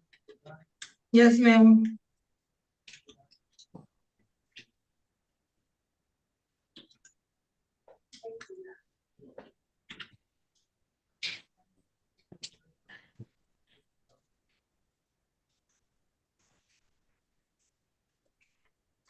Do you have any other matters pending? Can you repeat that, please? Do you have any other court cases right now? No, ma'am. Counsel, you can address bond. Thank you, Your Honor. Ms. Blamo made representations to me that she did not have any prior criminal history. She does not have any prior failures to appear. She does have family here in the area and has lived in the Lansing area most of her life. And as she has already made representations, she is not currently on probation, parole, or bond to any court. While very serious with proper bond conditions, the complaining witness could be protected, but she does have an address separate and distinct from that of the complaining witness, and I would be respectfully requesting a personal recognizance or a 10% bond for Ms. Blamo. Thank you.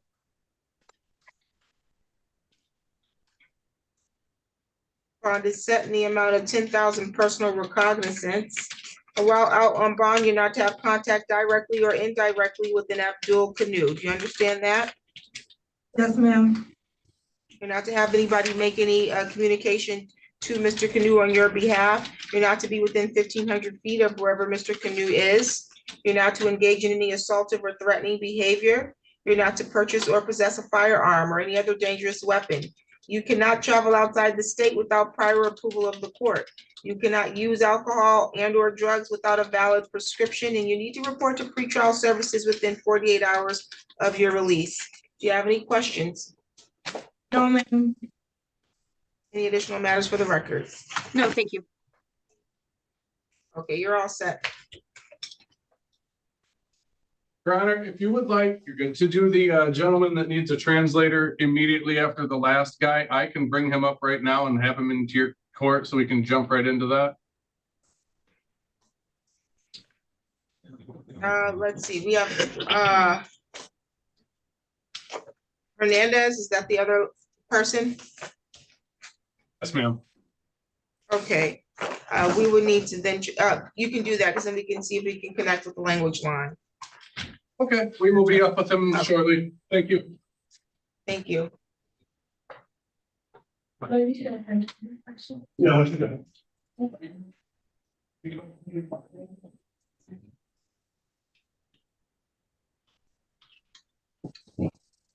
Okay, on the record in the matters of the people of the state of Michigan versus Octavius Hernandez, file number 24-00816, 24-00180. Council appearance. Taylor Wicks, Assistant Public Defender, on behalf of Mr. Hernandez, who has made application with the Public Defender's Office.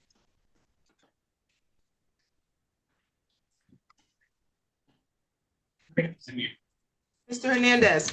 Are you Yes. Mr. Hernandez? No one told you you need to remove your hat when you're in the building? Oh, no, sorry. Thank you. Okay, I have a misdemeanor complaint ended in file number 816 for a assault aggravated. It alleges that on or about March 20th, 2024 at the area of 1016 North Capitol Ave, City of Lansing, Ingham County, State of Michigan.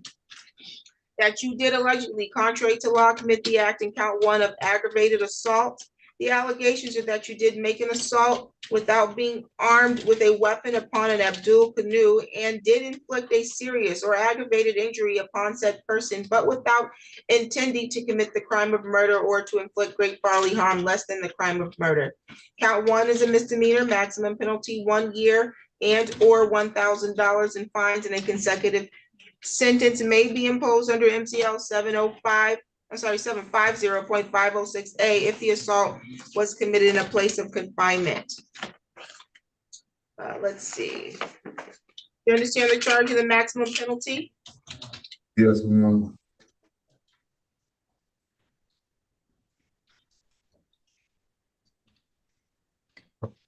Yes, ma'am. Okay, thank you. I did hear you. I was just trying to understand what was going on in your other file, but it looks like it's a bond violation. This matter would constitute a bond violation on file number 24-00180, which you are currently out on bond before Judge Cynthia Ward. And one of your bond conditions would include that you are not to commit any crime while released. I'm sure also that you're not to engage in any assaultive or threatening behavior was also a bond condition. And so as to the bond violation, you have the right to a contested hearing on that violation. You have the right to be represented by your attorney at that hearing. Your bond can be revoked pending a determination, or it can be revoked pending the underlying matter being disposed of if you're found to be in violation of your bond conditions. But a bond violation, sir, is a contempt of court order. So that means the maximum penalty on the contempt of court is 93 days in jail and or up to $7,500 in fines. Do you understand? Yes.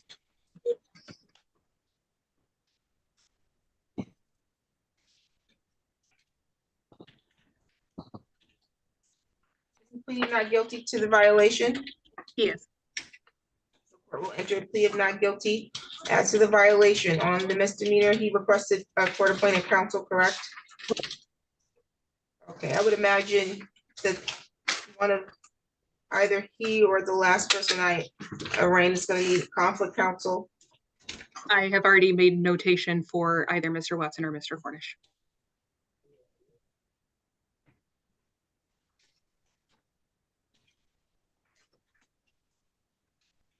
Cynthia Ward has one. Did Buchanan have the other one? Or they both were assigned to Ward? Oh, assigned to Ward. Both were assigned to Ward.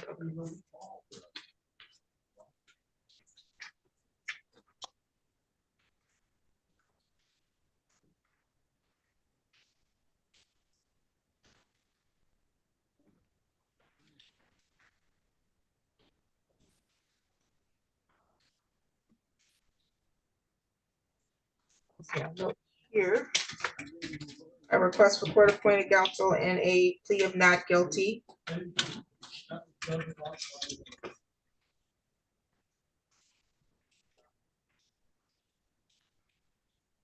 Is your address still the address on Ballard? Yes, 1124 Ballard Street.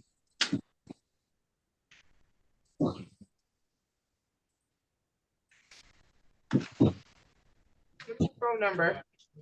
It's 517-492-7132. You have a pretrial conference on this matter before Judge Cynthia Ward, April 2nd, 10:30 in the morning, okay? Did you get your notice to appear for that date? Yes, I'll definitely appear, ma'am. Okay. Let's see. Other than the matter that you have pending, are you on probation or on parole? I think it's either one or the other. Have you been to prison before? Oh, ma'am, I have no history. Okay, so then you would be on probation maybe? Yeah, I think I am on probation. Yeah, I haven't served no time, ma'am. What court are you on probation for? It's just a misdemeanor, like attempted fleeing and eluding. Your Honor, I think Okay, it it's doesn't the, look like you have not been sentenced yet on Yeah, that no, file. ma'am. Okay, so you're not on probation then, correct? I mean, I guess yes and no. I mean, I'm kind of confused with it myself. I mean, I Okay, guess until so that court. let me explain, I'll explain it to you. You have another file pending, which I said, other than that file, were you on probation? So that's the first question I asked you. But you have a sentencing scheduled on that matter before Judge Ward, April 19th at 8:30. Yes. You have not been sentenced. She's not placed you on probation. We don't know what she's gonna sentence you to, okay? Okay.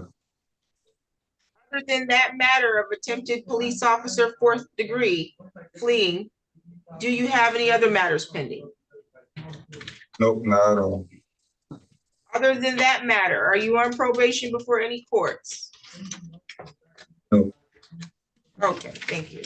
And where are you employed? I am employed with IGT.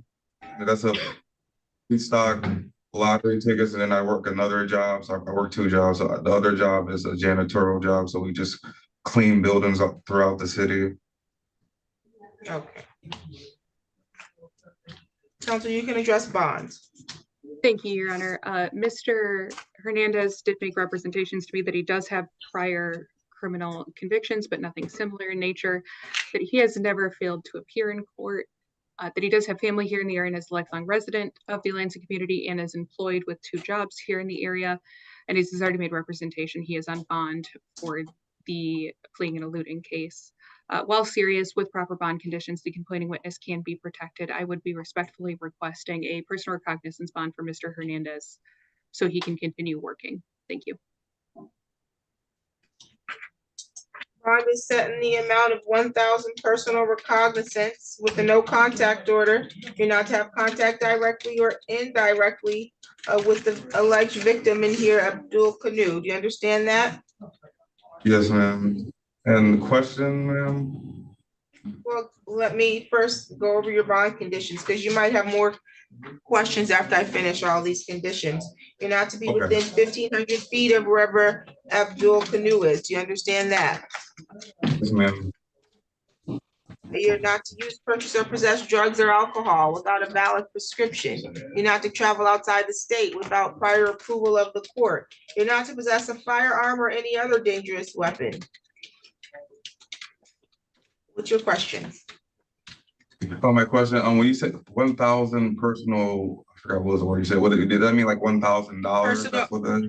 No, personal recognizance, meaning we're releasing you under the belief that you will return to court like you're supposed to. I don't see Okay. where you've missed court before. On your other file, you made it to all of your court dates. You're currently scheduled for sentencing. I would imagine that Judge Ward told you to meet with probation so that you can get a pre-sentence report. Is that correct? Yes. That might be why you were confused about whether or not you were on probation, but that's just so she can know how, or she can get a recommendation as to how you should be sentenced. Hopefully you did take care of that when you left court. You went and met with probation. Did you do that?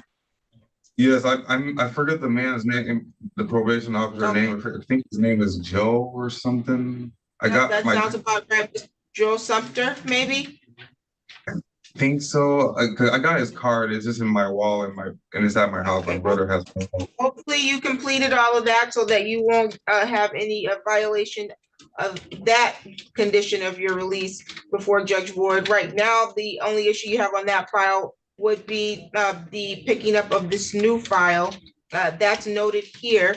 As to that bond violation, I will continue your bond, which was previously set at 2,000 personal recognizance, and that matter will be set for a hearing on the bond violation the same day as your sentencing.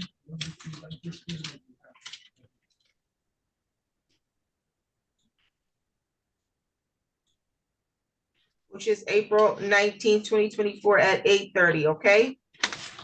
Good. Do you have any questions? Oh, ma'am. Any additional matters for the record, counsel? No, thank you. Thank you. I had to put all these notes in this file. Give me just. Ms. McDuffie?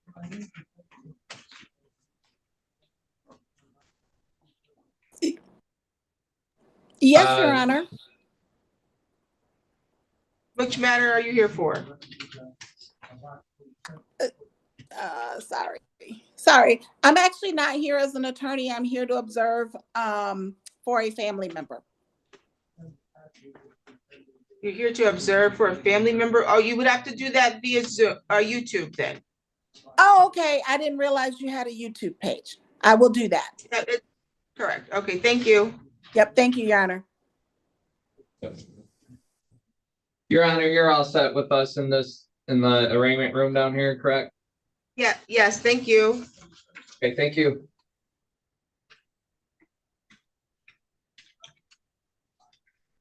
I think I finished this one.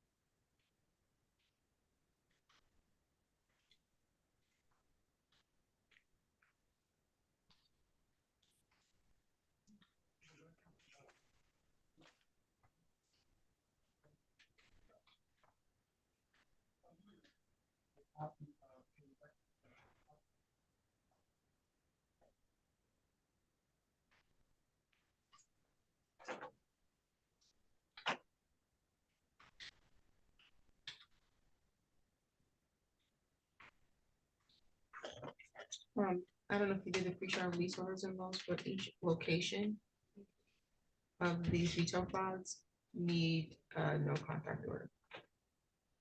So for us, I'm sorry? the retail part one. Yeah.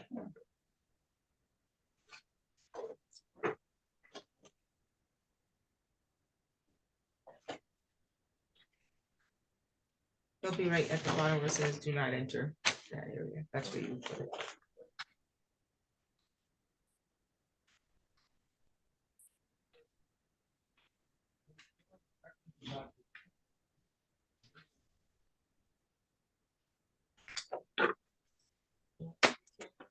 Let me see.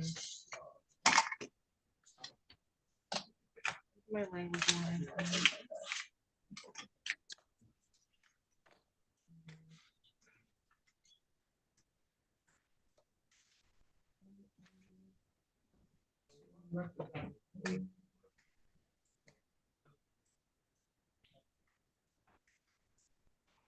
Arabic? Yes. Welcome.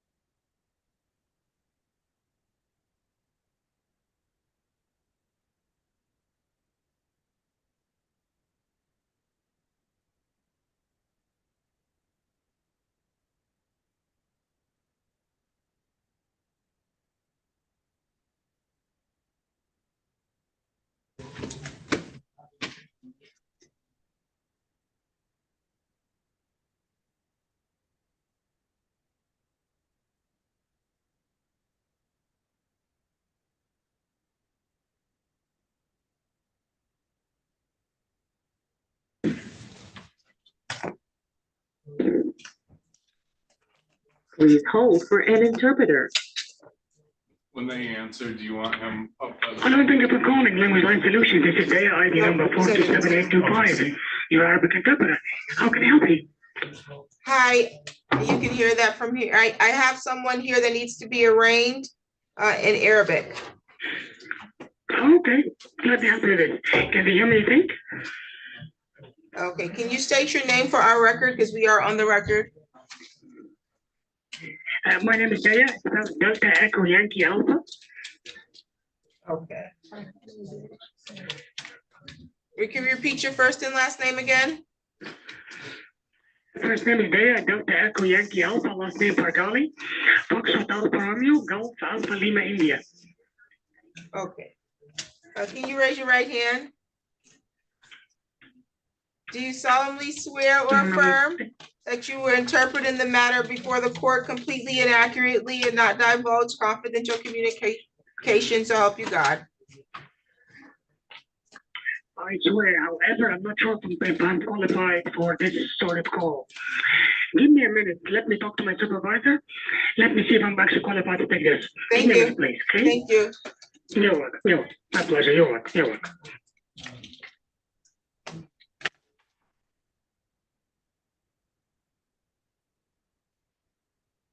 Let's see.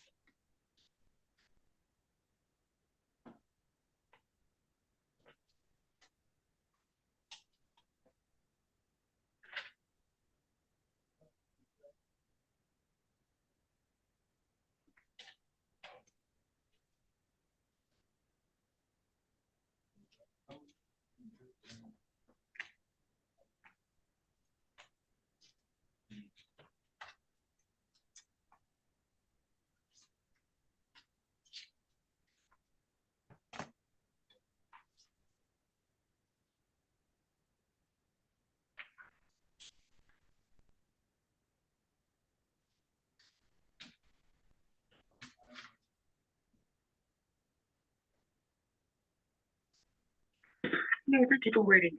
I'm actually going to transfer this to a qualified person for it. It should not take but a minute. Give me a second. Thank you. You're welcome, ma'am.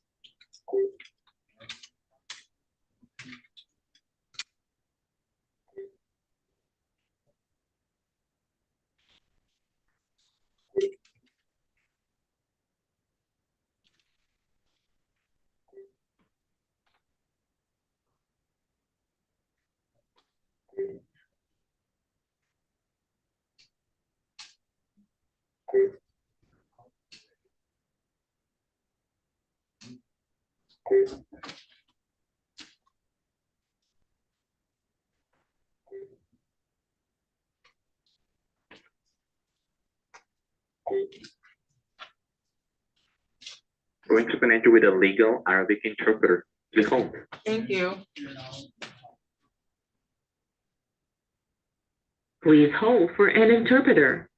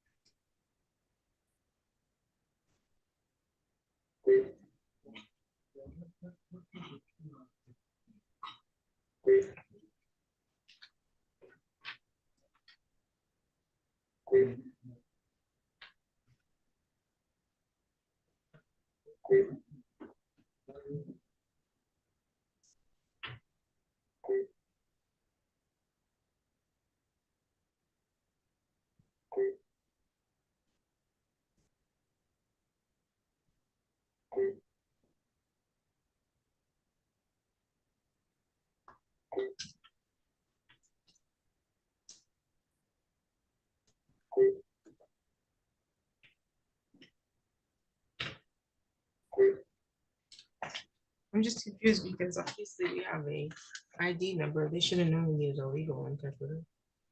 Hello?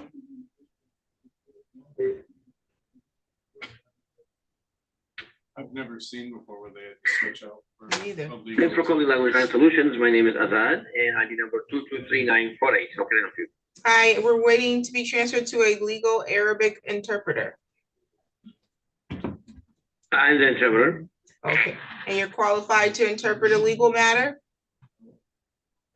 Yes, ma'am. Okay, can you spell your name again?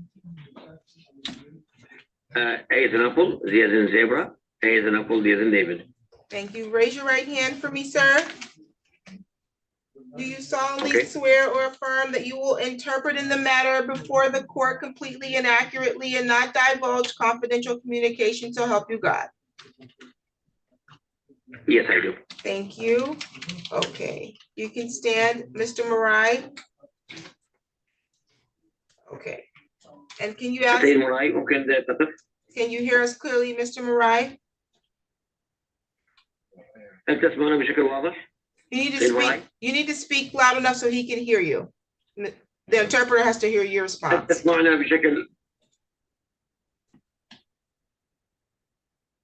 Did you hear his response, sir? No, ma'am. I couldn't hear anything. It was silent. You have to speak so that he can hear your response. Hello. And if so, do you want for me to speak the interpreter? No, yeah, you can interpret that for him, but Mr. Marai is not speaking loudly and I want him to speak loudly. اوكي بتسمعني؟ أخي ممكن ترفع صوتك شوي بالتكلم، ارفع صوتك لو سمحت. تمام هلا عم تسمعني؟ Yeah, نعم مضبوط. Yes, I mean now it's good. Thank you. Okay, and again for the record, can I have your appearance, counsel? Taylor Wicks, Assistant Public Defender, on behalf of Mr. Marai.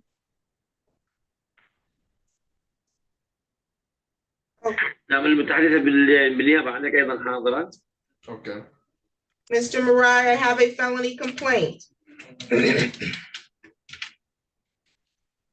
لدي عفوا شكوى تجاه جناية. It alleges that on or about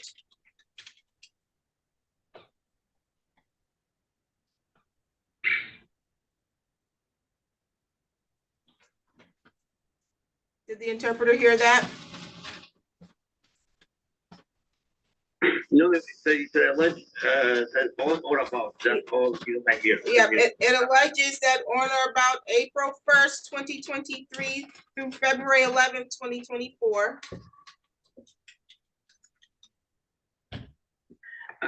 نعم التوبة الموجهة هي ما بين بتاريخ من أو من ما بين الفترة من 1/4/2023 إلى 11/2/2024.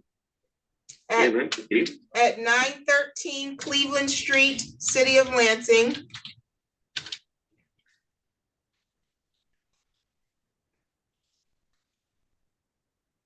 عنوان 913 Cleveland Street, City of Lansing, المدينة. State of Michigan, Ingham County. في ولاية ميشيغان المحقق agent. That you allegedly committed the acts in count 1, 2, 3, 4, and 5.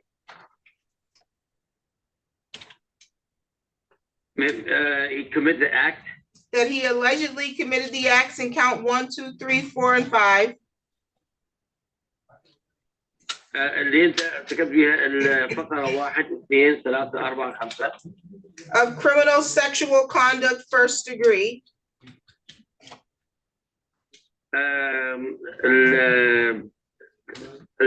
عفوا التحرش الجنسي من الدرجة الأولى. Multiple variables.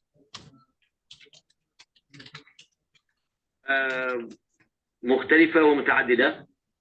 It states you did engage in sexual penetration.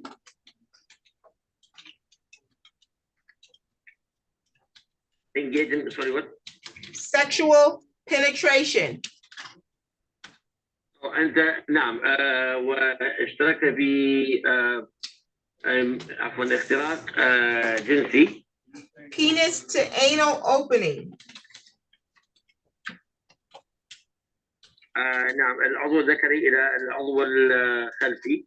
Is in count 1. في هذه يخص الرقم 1. Count 2, penis to genital opening. الثانية الفقرة الثانية العضو الذكري إلى العضو الأنثوي المفتوح. Count 3, penis to anal opening. الثالث العضو الذكري إلى فتحة المخرج نعم. Count 4, penis to genital Sorry, opening. You said anal. Anal, that's correct. Count 3 anal. نعم. الفقرة الثالثة من العضو الذكري إلى الفم. Count 4, penis to genital opening. Correct. الفقرة 4 العضو الذكري إلى الأعضاء التناسلية. And count 5, penis to mouth. نعم. الفقرة 5 عفوا الفقرة 3 كانت العضو الذكري إلى المخرج. الفقرة 5 عضو ذكري إلى الفم. With an individual, initials OA.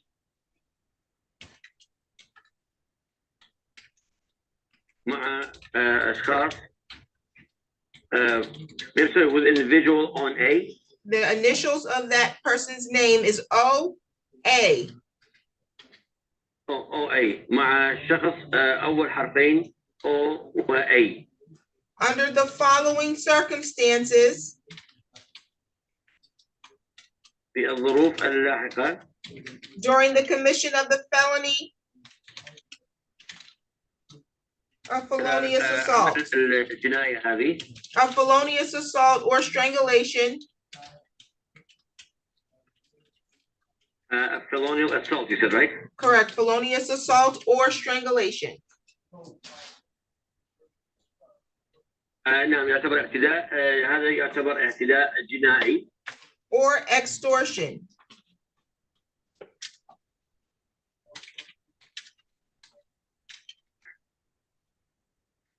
أو يعتبر ابتزاز.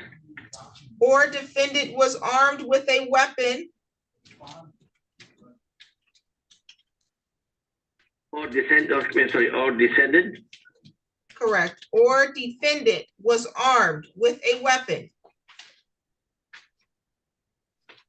أو مع استخدام سلاح أو مسلح أو استخدام سلاح. Or any article used or fashioned in a manner to lead the victim to reasonably believe it was a weapon. أو أي شيء آخر أو أي جسم آخر يظهر للضحية بأنه هذا السلاح. Or defendant affected sexual penetration through force or coercion. Okay, so need to repeat that one.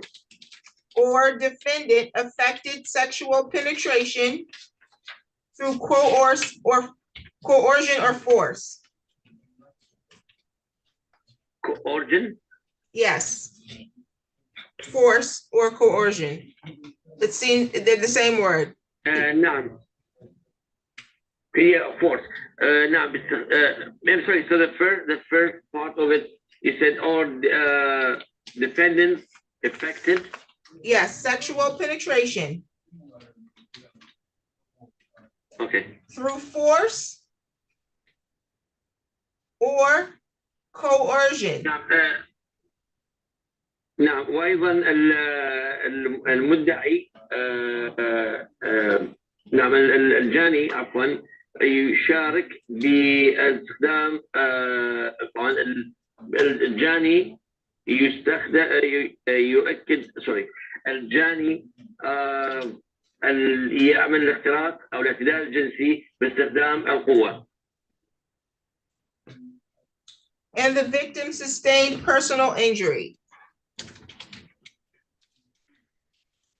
والضحية تعرض لإصابات شخصية وجسدية. Counts 1, 2, 3, 4, 5. الأعداد 1 2 3 4 5. As a tier 3 offense under the Sex Offender Registration Act.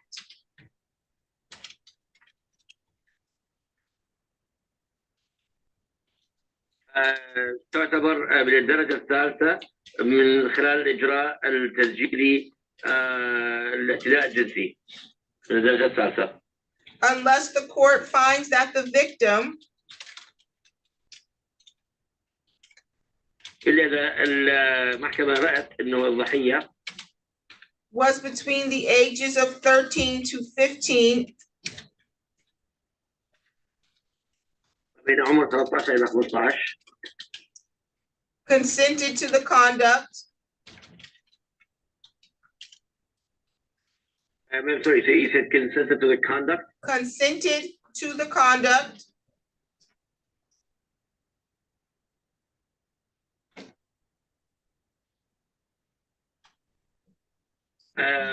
وافقت على التصرف إلا إذا كانت وافقت على التصرف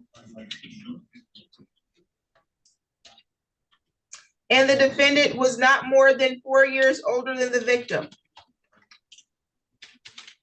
والجاني هو ليس أكبر من 4 سنوات من الضحية. The maximum penalty in counts 1 through 5 العقوبة الأشد من فقرة 1 إلى 5 is a felony life in prison. جناية عقوبتها الحبس من الحياة المؤبد. For each count. لكل فقرة. Mandatory lifetime electronic monitoring.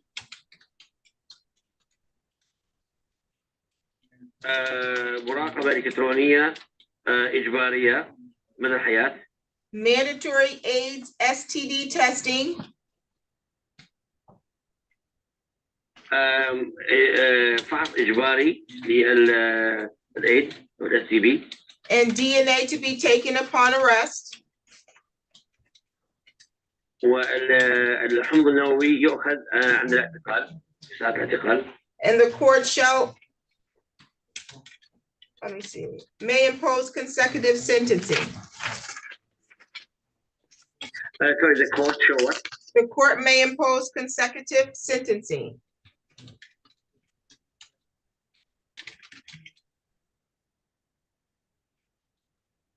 Consecutive sentencing, you said? The court may, I said the court may impose consecutive sentencing. Sentencing, right? Yeah, the sentence, like when we sentence someone to jail. اوكي نعم فالمحكمة قد تظهر او تعطي اوامر متتالية متتالية نعم او مستمرة. And that's under Michigan compiled law 750.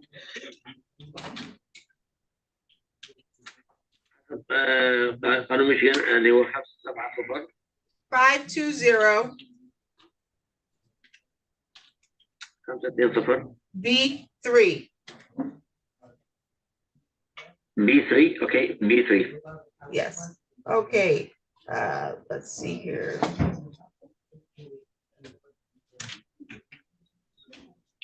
There's an HIV STD testing notice. هناك ملاحظة متعلقة بفحص الHIV. And then count 6 is extortion.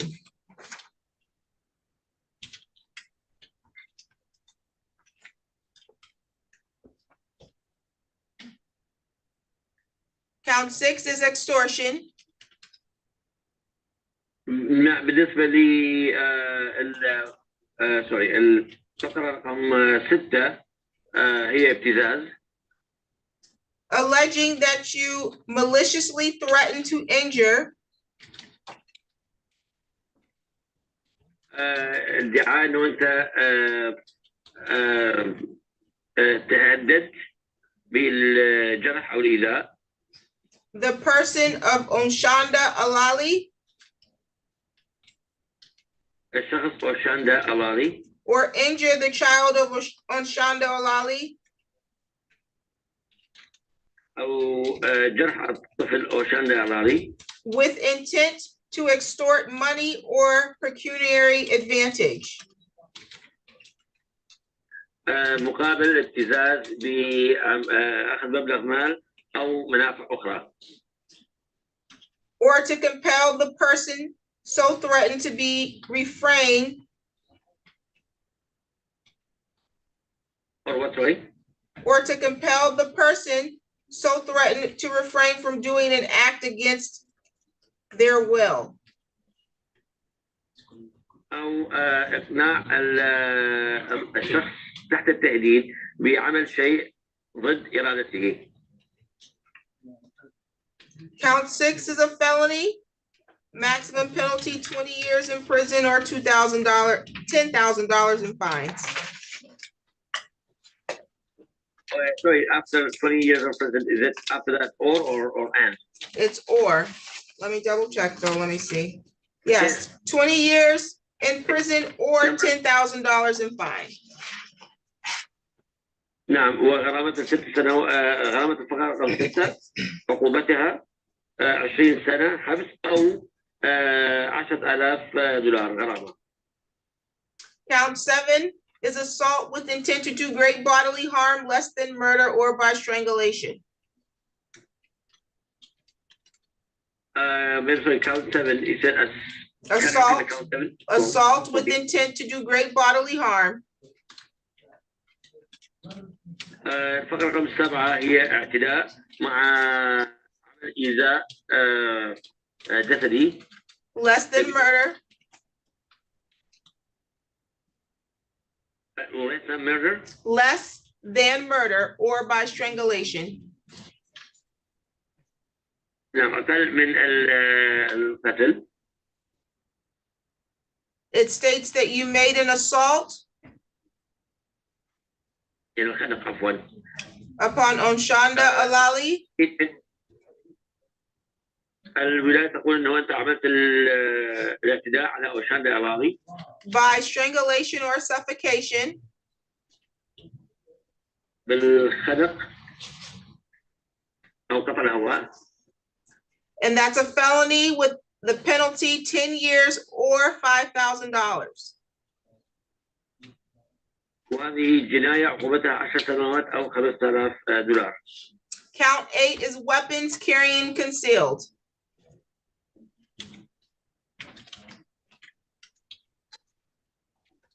الفقرة رقم 8 حماية سلاح مخبأ. It states you carried a dangerous weapon. نقول إنه أنت حامل سلاح خطير. That being a handgun. أو سلاح يدوي مسدس. Concealed on or about your person. مخفي عن sorry I said concealed or what on your person. Concealed on your, it says concealed on or about your person. Okay, نعم مخفي من قبلك أنت يعني السلاح مخفي هذا. That's a felony. هذه جناية. The penalty is 5 years or $2,500. عقوبتها 5 سنوات أو $2,000. And mandatory forfeiture of the weapon. Mandatory forfeiture of the weapon, correct.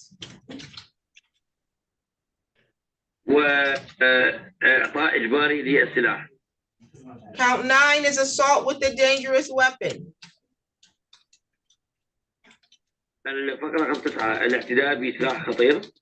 It states you made an assault upon an Onshanda Alali. الاعتداء على أنشوندا ألالي. With a dangerous weapon. سلاح خطير.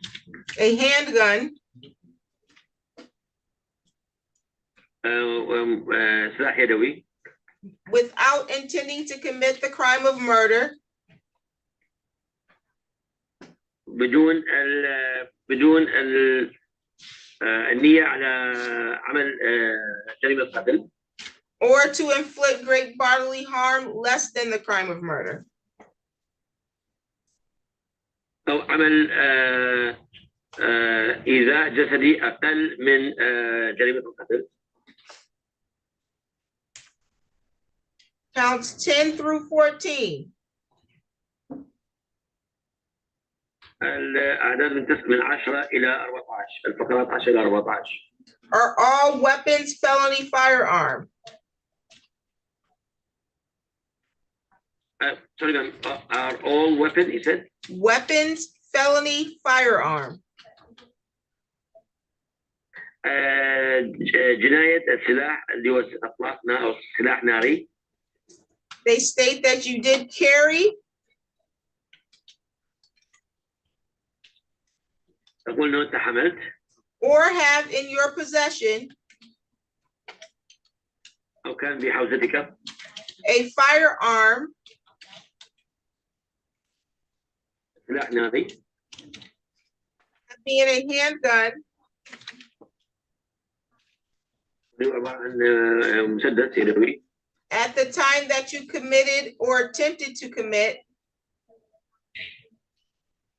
في وقت الذي إنه عملت فيه أو تنوي العمل. 3 counts of criminal sexual conduct. رقم 3 فقرة رقم 3 اللي هو الاعتداء الجنسي. 1 count of extortion.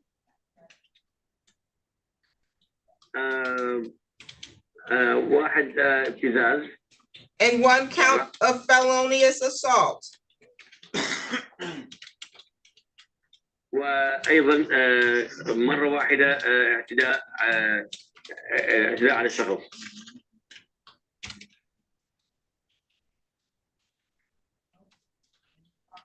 Counts 10 through 14 are felonies. الفقرة من 10 إلى 14 هي عبارة عن جنايات أو جناية. The sentence is 2 years consecutively. سنتين متتالية العقوبة. And preceding any term of imprisonment. ويضاف أي تاريخ سجن مسبق. For the felony or attempted felony conviction. أو أي أي جنايات أو أي تهم متعلقة. And there's a mandatory forfeiture of the weapon required. وأيضا هناك تسليم إجباري مطالب بالسلاح. Count 15. الفقرة رقم 15. Intentional dissemination of sexually explicit visual material. Okay, 1 second. He said, can you give that to me one by one? No problem. Intentional dissemination.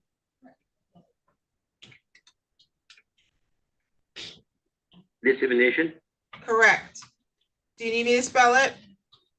And after that? Oh. Yeah, no. Okay. Intentional dissemination of sexually explicit visual material.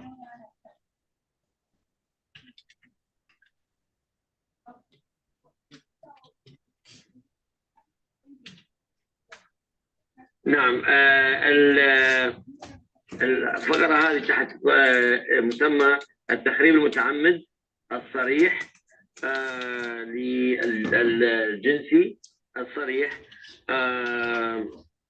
باستخدام أدوات أو وسائل مرئية. Yes, I'll continue. It says you did with the intent to threaten.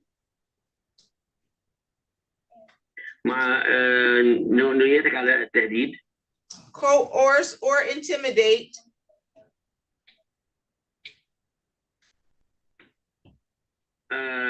للتخريب. Sorry, intimidate. Yes.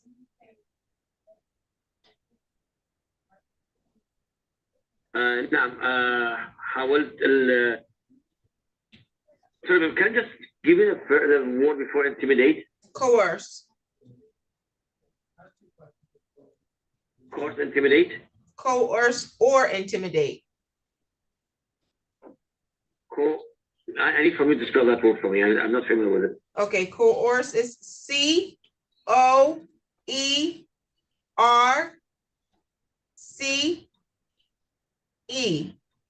Why am I getting an echo? Oh, إكراه. Yeah. بالإكراه. Yes, ma'am. Continue. Okay, disseminate any sexually explicit visual material. بالإكراه عمل استخدام وسائل مرئية للتحريم المتعمد للجنس بالصريح. Of Anshoda Alali. لأنشورة ألالي. A person who was not less than 18 years of age. الشخص اللي هو ليس أقل من 18 سنة. And was identifiable from sexually explicit visual material. وكان معرف من قبل المواد المرئية المواد المرئية Itself or information displayed in connection with. Itself, you said? Yes, itself. Or information displayed in connection with sexually explicit visual material. نعم هي لغرض العرض من قبل المعلومات المرئية لإظهار الجنس إظهار الجنسي. It's a misdemeanor. هي جنحة. Maximum penalty is 93 days and or $500.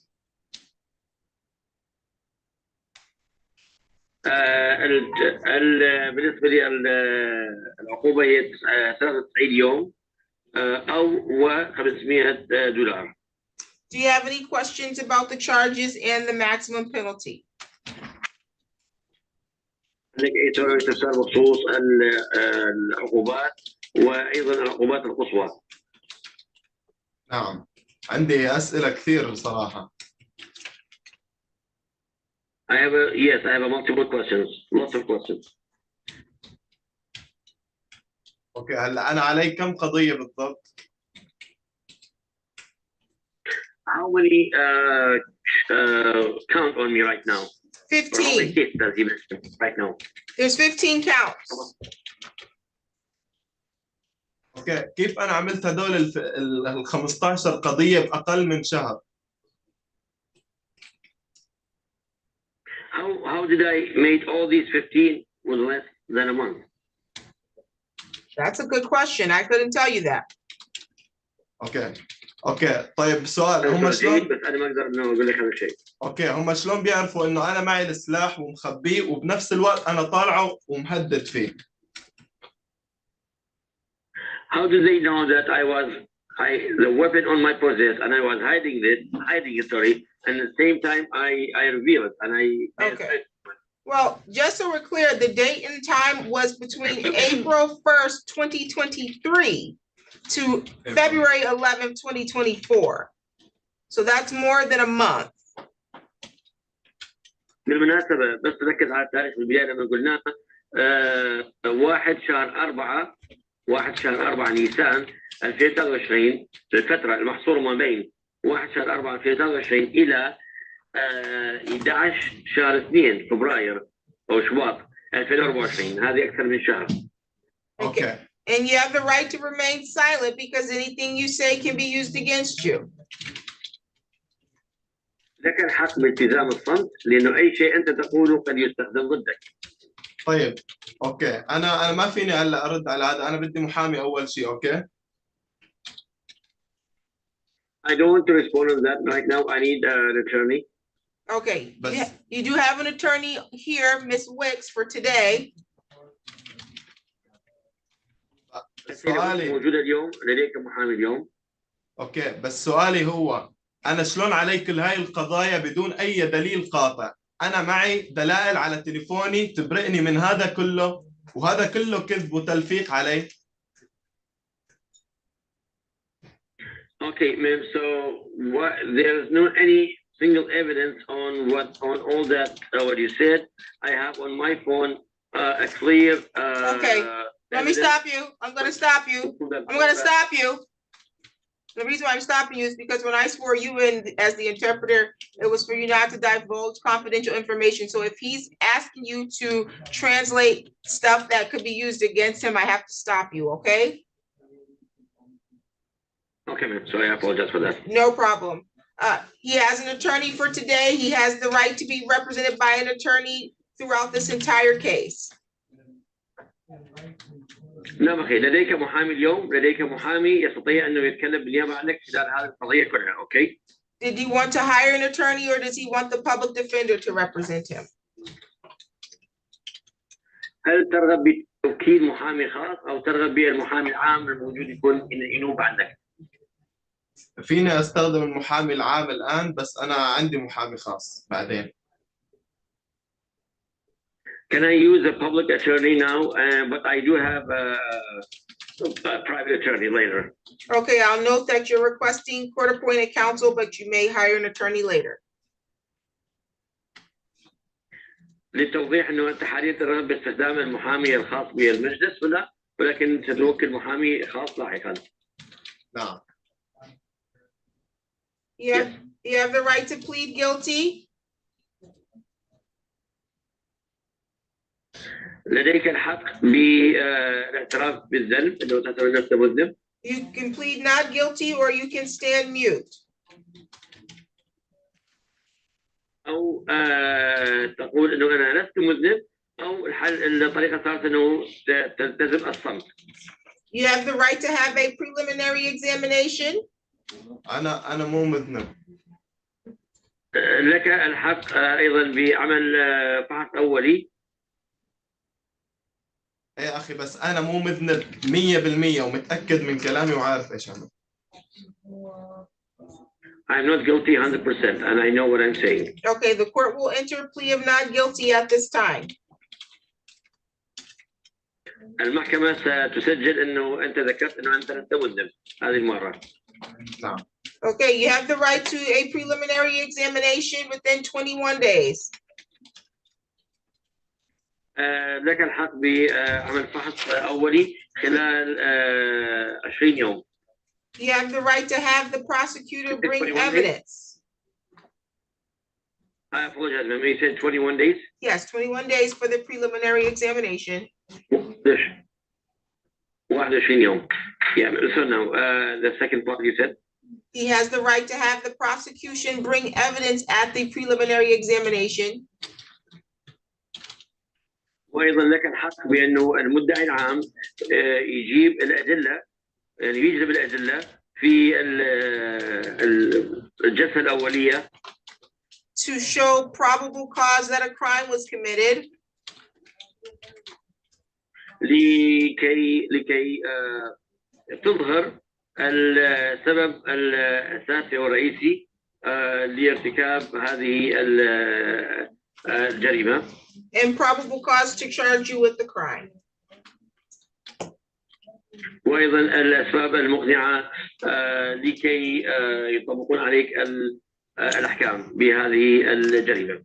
You're scheduled for a probable cause conference. هناك موعد تحضره لعمل الجلسة لإظهار الأسباب المقنعة.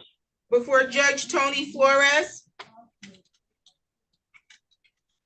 أمام القاضي توني فلوريس. March 28th at 9 a.m. 28 شهر 3 الساعة 9 صباحا. You have a preliminary examination before Judge Flores. لديك جلسة أولية أمام القاضي فلوريس. April 4th at 9 a.m. 4 شهر 4 الساعة sorry what time 9 a.m. Yes. الساعة 9 صباحا 4 شهر 4 الساعة 9 صباحا. You have the right to a jury trial. لك الحق بتأجيل الجلسة المحاكمة أو الجلسة. You have the right to require the prosecutor prove the charges against you. Sorry, he has the right to he has the right to what? Second one? He has a right to have the prosecutor prove the charges being brought against him. لديك الحق أيضا بالطلب من المدعي العام بجلب الإثباتات أو الأدلة بهذه التهمة التي بحقك. لديك هذا حقك طبعا. Yes, ma'am. They have to prove it beyond a reasonable doubt. يجب أن يثبتوها بدون أي شك مقنع. You have the right to confront in court any of your accusers. لك الحق بالاعتراض أمام المحكمة عن أي من هذه التهم. And question them. وسؤالهم. You have the right to call your own witnesses to your trial. لك الحق باستدعاء شهودك الخاصين إلى الجلسة. You have the right to remain silent at trial and not have it be used against you. لك الحق بالالتزام الصمت في جلسة المحكمة لكي لا يستخدمها ضدك.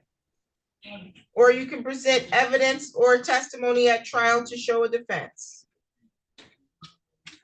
هو إظهار الأدلة والادعاء يعني قول شهادتك في المحكمة. Do you have any questions? عندك أي سؤال؟ لا أخي، بس أنا عندي إنه يعني أنا هلا راح أضل هون لحد ما تجي تاريخ هاي 3/28 مارش 28. أضل وين عفوا؟ هنا في السجن. Oh, so am I gonna stay on the booking, like here on the custody all the way until the 28th? We'll address your bond in a minute. لحظة راح نشوف إنه كم مبلغ الكفالة. طيب فينا أنا أحكي معاها للمدعية؟ Can I speak to the, to the القاضية نفسها. the victim? Can you speak to the victim? No, to you, ma'am. You want to speak to me? To you, Oh, yeah. right. Oh, the prosecutor, yeah. Well, I'm not the prosecutor, I'm the judge. Do you want to speak to the prosecutor? No, I want to speak أنا to you. القاضي نفس المدعية. Okay, you have a question? عندك سؤال؟ عندي سؤال. حاليا. أنا عندي سؤال. أنا أخذوا مني جوالي، أوكي؟ يلي عليه إثبات براءتي، بس أنا ما بدي يحذفوا عليه منه أي شيء. فيني أطلب هذا من القاضية؟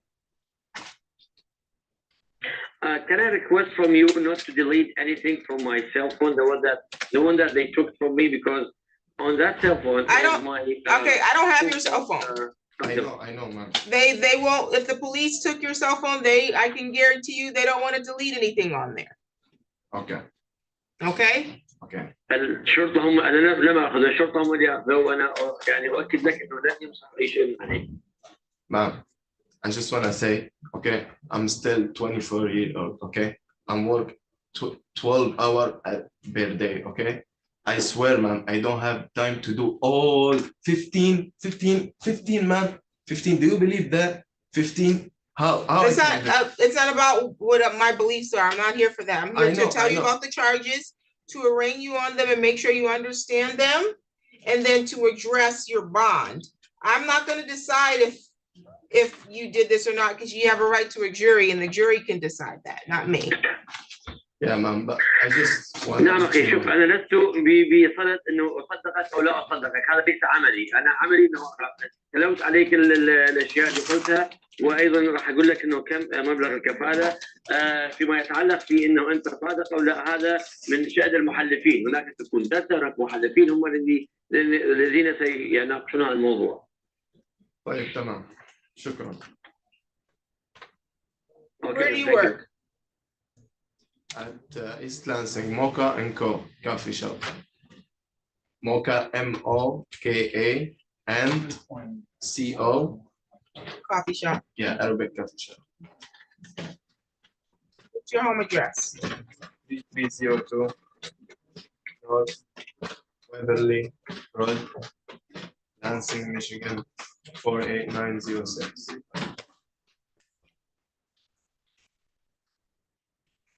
Your phone number. 517-619-8910. And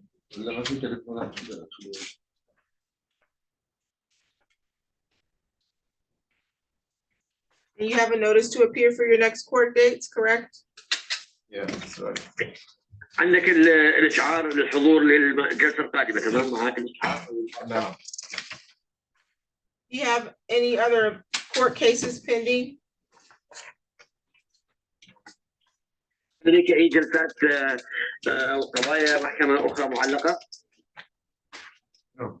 Okay. Are you currently on probation or parole? هل عليك حاليا حكم اطلاق سراح مشروط او حكم مراقبه؟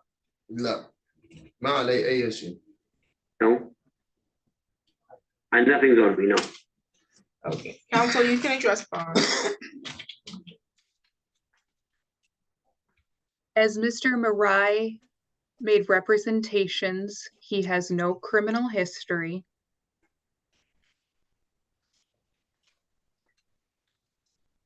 بالنسبة له لا يوجد عليه أي تاريخ جنائي أو إجرامي. He has never failed to appear.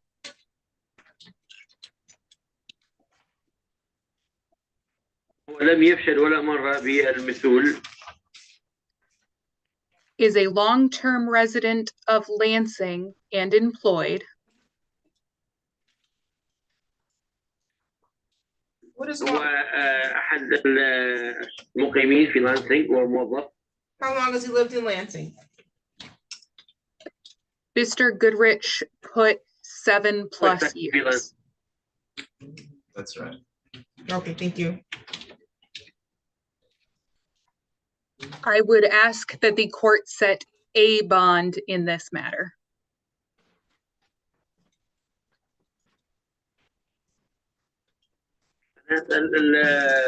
المحكمة بعمل كفالة أي فيما يخص هذا. Thank you.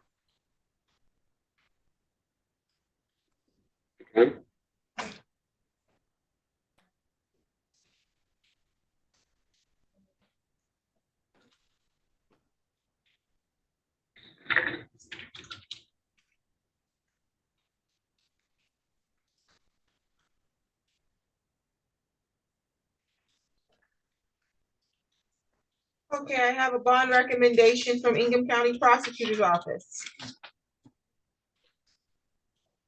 نعم هناك توصيات بخصوص الكفالة من مكتب الادعاء. It indicates both concerns about protection to the public and flight risk. وهم لديهم هاجس أو تخوف من خطورة عالية وحماية المجتمع. The defendant is charged with crimes involving violence towards another person. وأنه المدعي عليه مشترك في جريمة تتضمن إيذاء شخص آخر. The defendant allegedly has a history of violent behavior towards the victim. Sorry, repeat that again. The defendant has a history of violence towards the victim. المدعي عليه اللي هو حضرتك لديه أو لديك التاريخ من الاعتداءات على المجني عليه. The defendant has a history of threatening or harassing the victim or witnesses. المدعي عليه حضرتك لديه تاريخ من التهديدات على المجني عليها. There's allegations of threats to kill victim or family. هناك ادعاءات تهديد يصل إلى القتل للضحية للمدعي المجدي عليها وعائلتها. Allegations of stalking behavior. Sorry, allegation what, sorry? Stalking behavior. أيضا تصرفات متعلقة بالمراقبة والتنصت. Allegations of forced or threatened sexual acts. أيضا ادعاءات حول إجبار على الجنس، ممارسة الجنس أو نعم. It says that the defendant poses a substantial flight risk. فيعتبر المدعي عليه عفوا حضرتك يشكل خطر كبير. And has an international passport. ولديه جواز دولي، جواز سفر دولي. Due to the allegations made in the complaint بناء على هذه الادعاءات and the elevated risk of flight. Maybe said elevated risk of flight. That's correct. Okay, وأيضا يعني بناء على الادعاءات المتعلقة بالعنف وأيضا من ناحية أيضا تصاعد احتماليات الطيران. Bond is denied under Michigan court rule. الكفالة تم رفضها بناء على محكمة ميشيغان. 6.106. 6.106. That's correct. 6.106. And the defendant will be remanded in custody till his next court date. نعم حضرتك تتظل المدعي سيظل في قاعدة التوقيف إلى غاية جلسة المحكمة القادمة. There's a no contact order. هناك أمر أيضا بعدم التواصل أو الاتصال. You're not to have contact directly or indirectly with Onshoda Alali. عدم التواصل بصورة مباشرة أو غير مباشرة مع أنشودة ألالي. Any questions about the bond or the lack thereof and the no contact order? أي سؤال حول متعلق فقط حول الكفالة وحول مسألة عدم التواصل مع المجني عليها. أي سؤال؟ أخي بخصوص الكفالة ما فيهم يحطوا لي أي كفالة إني أطلع من هون لمؤقت بس لبين موعد المحكمة الجاي، لأنه أنا والله ماني عامل شيء لهالدرجة وما راح أعمل شيء. وبخصوص التواصل مستحيل أتواصل مع حدا أنا بخصهم. Any way to put a bond from now all the way until the first session, first hearing, because I will not get in contact with anybody. I will not get to harm anybody. No. Any other questions? الإجابة لا. أي سؤال آخر؟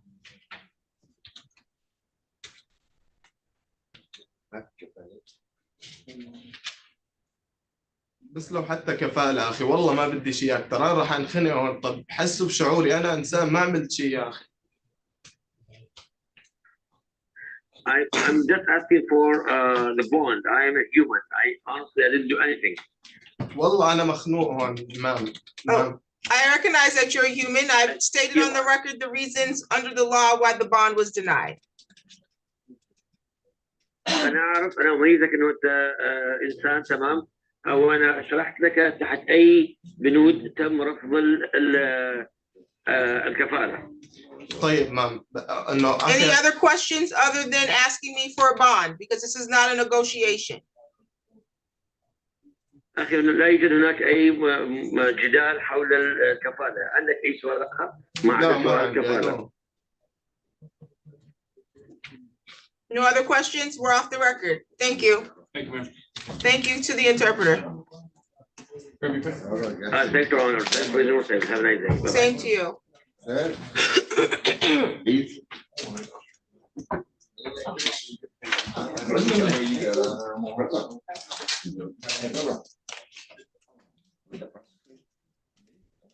Thank you, Judge. I will see you next time. The prosecutor is not here. The prosecutor is not here. Down here. They're not in the building at all. They're over at a Veterans Memorial.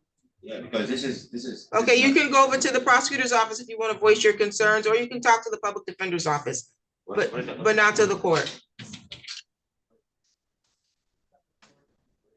Thank you, Ms. Wicks. Thank you, Your Honor.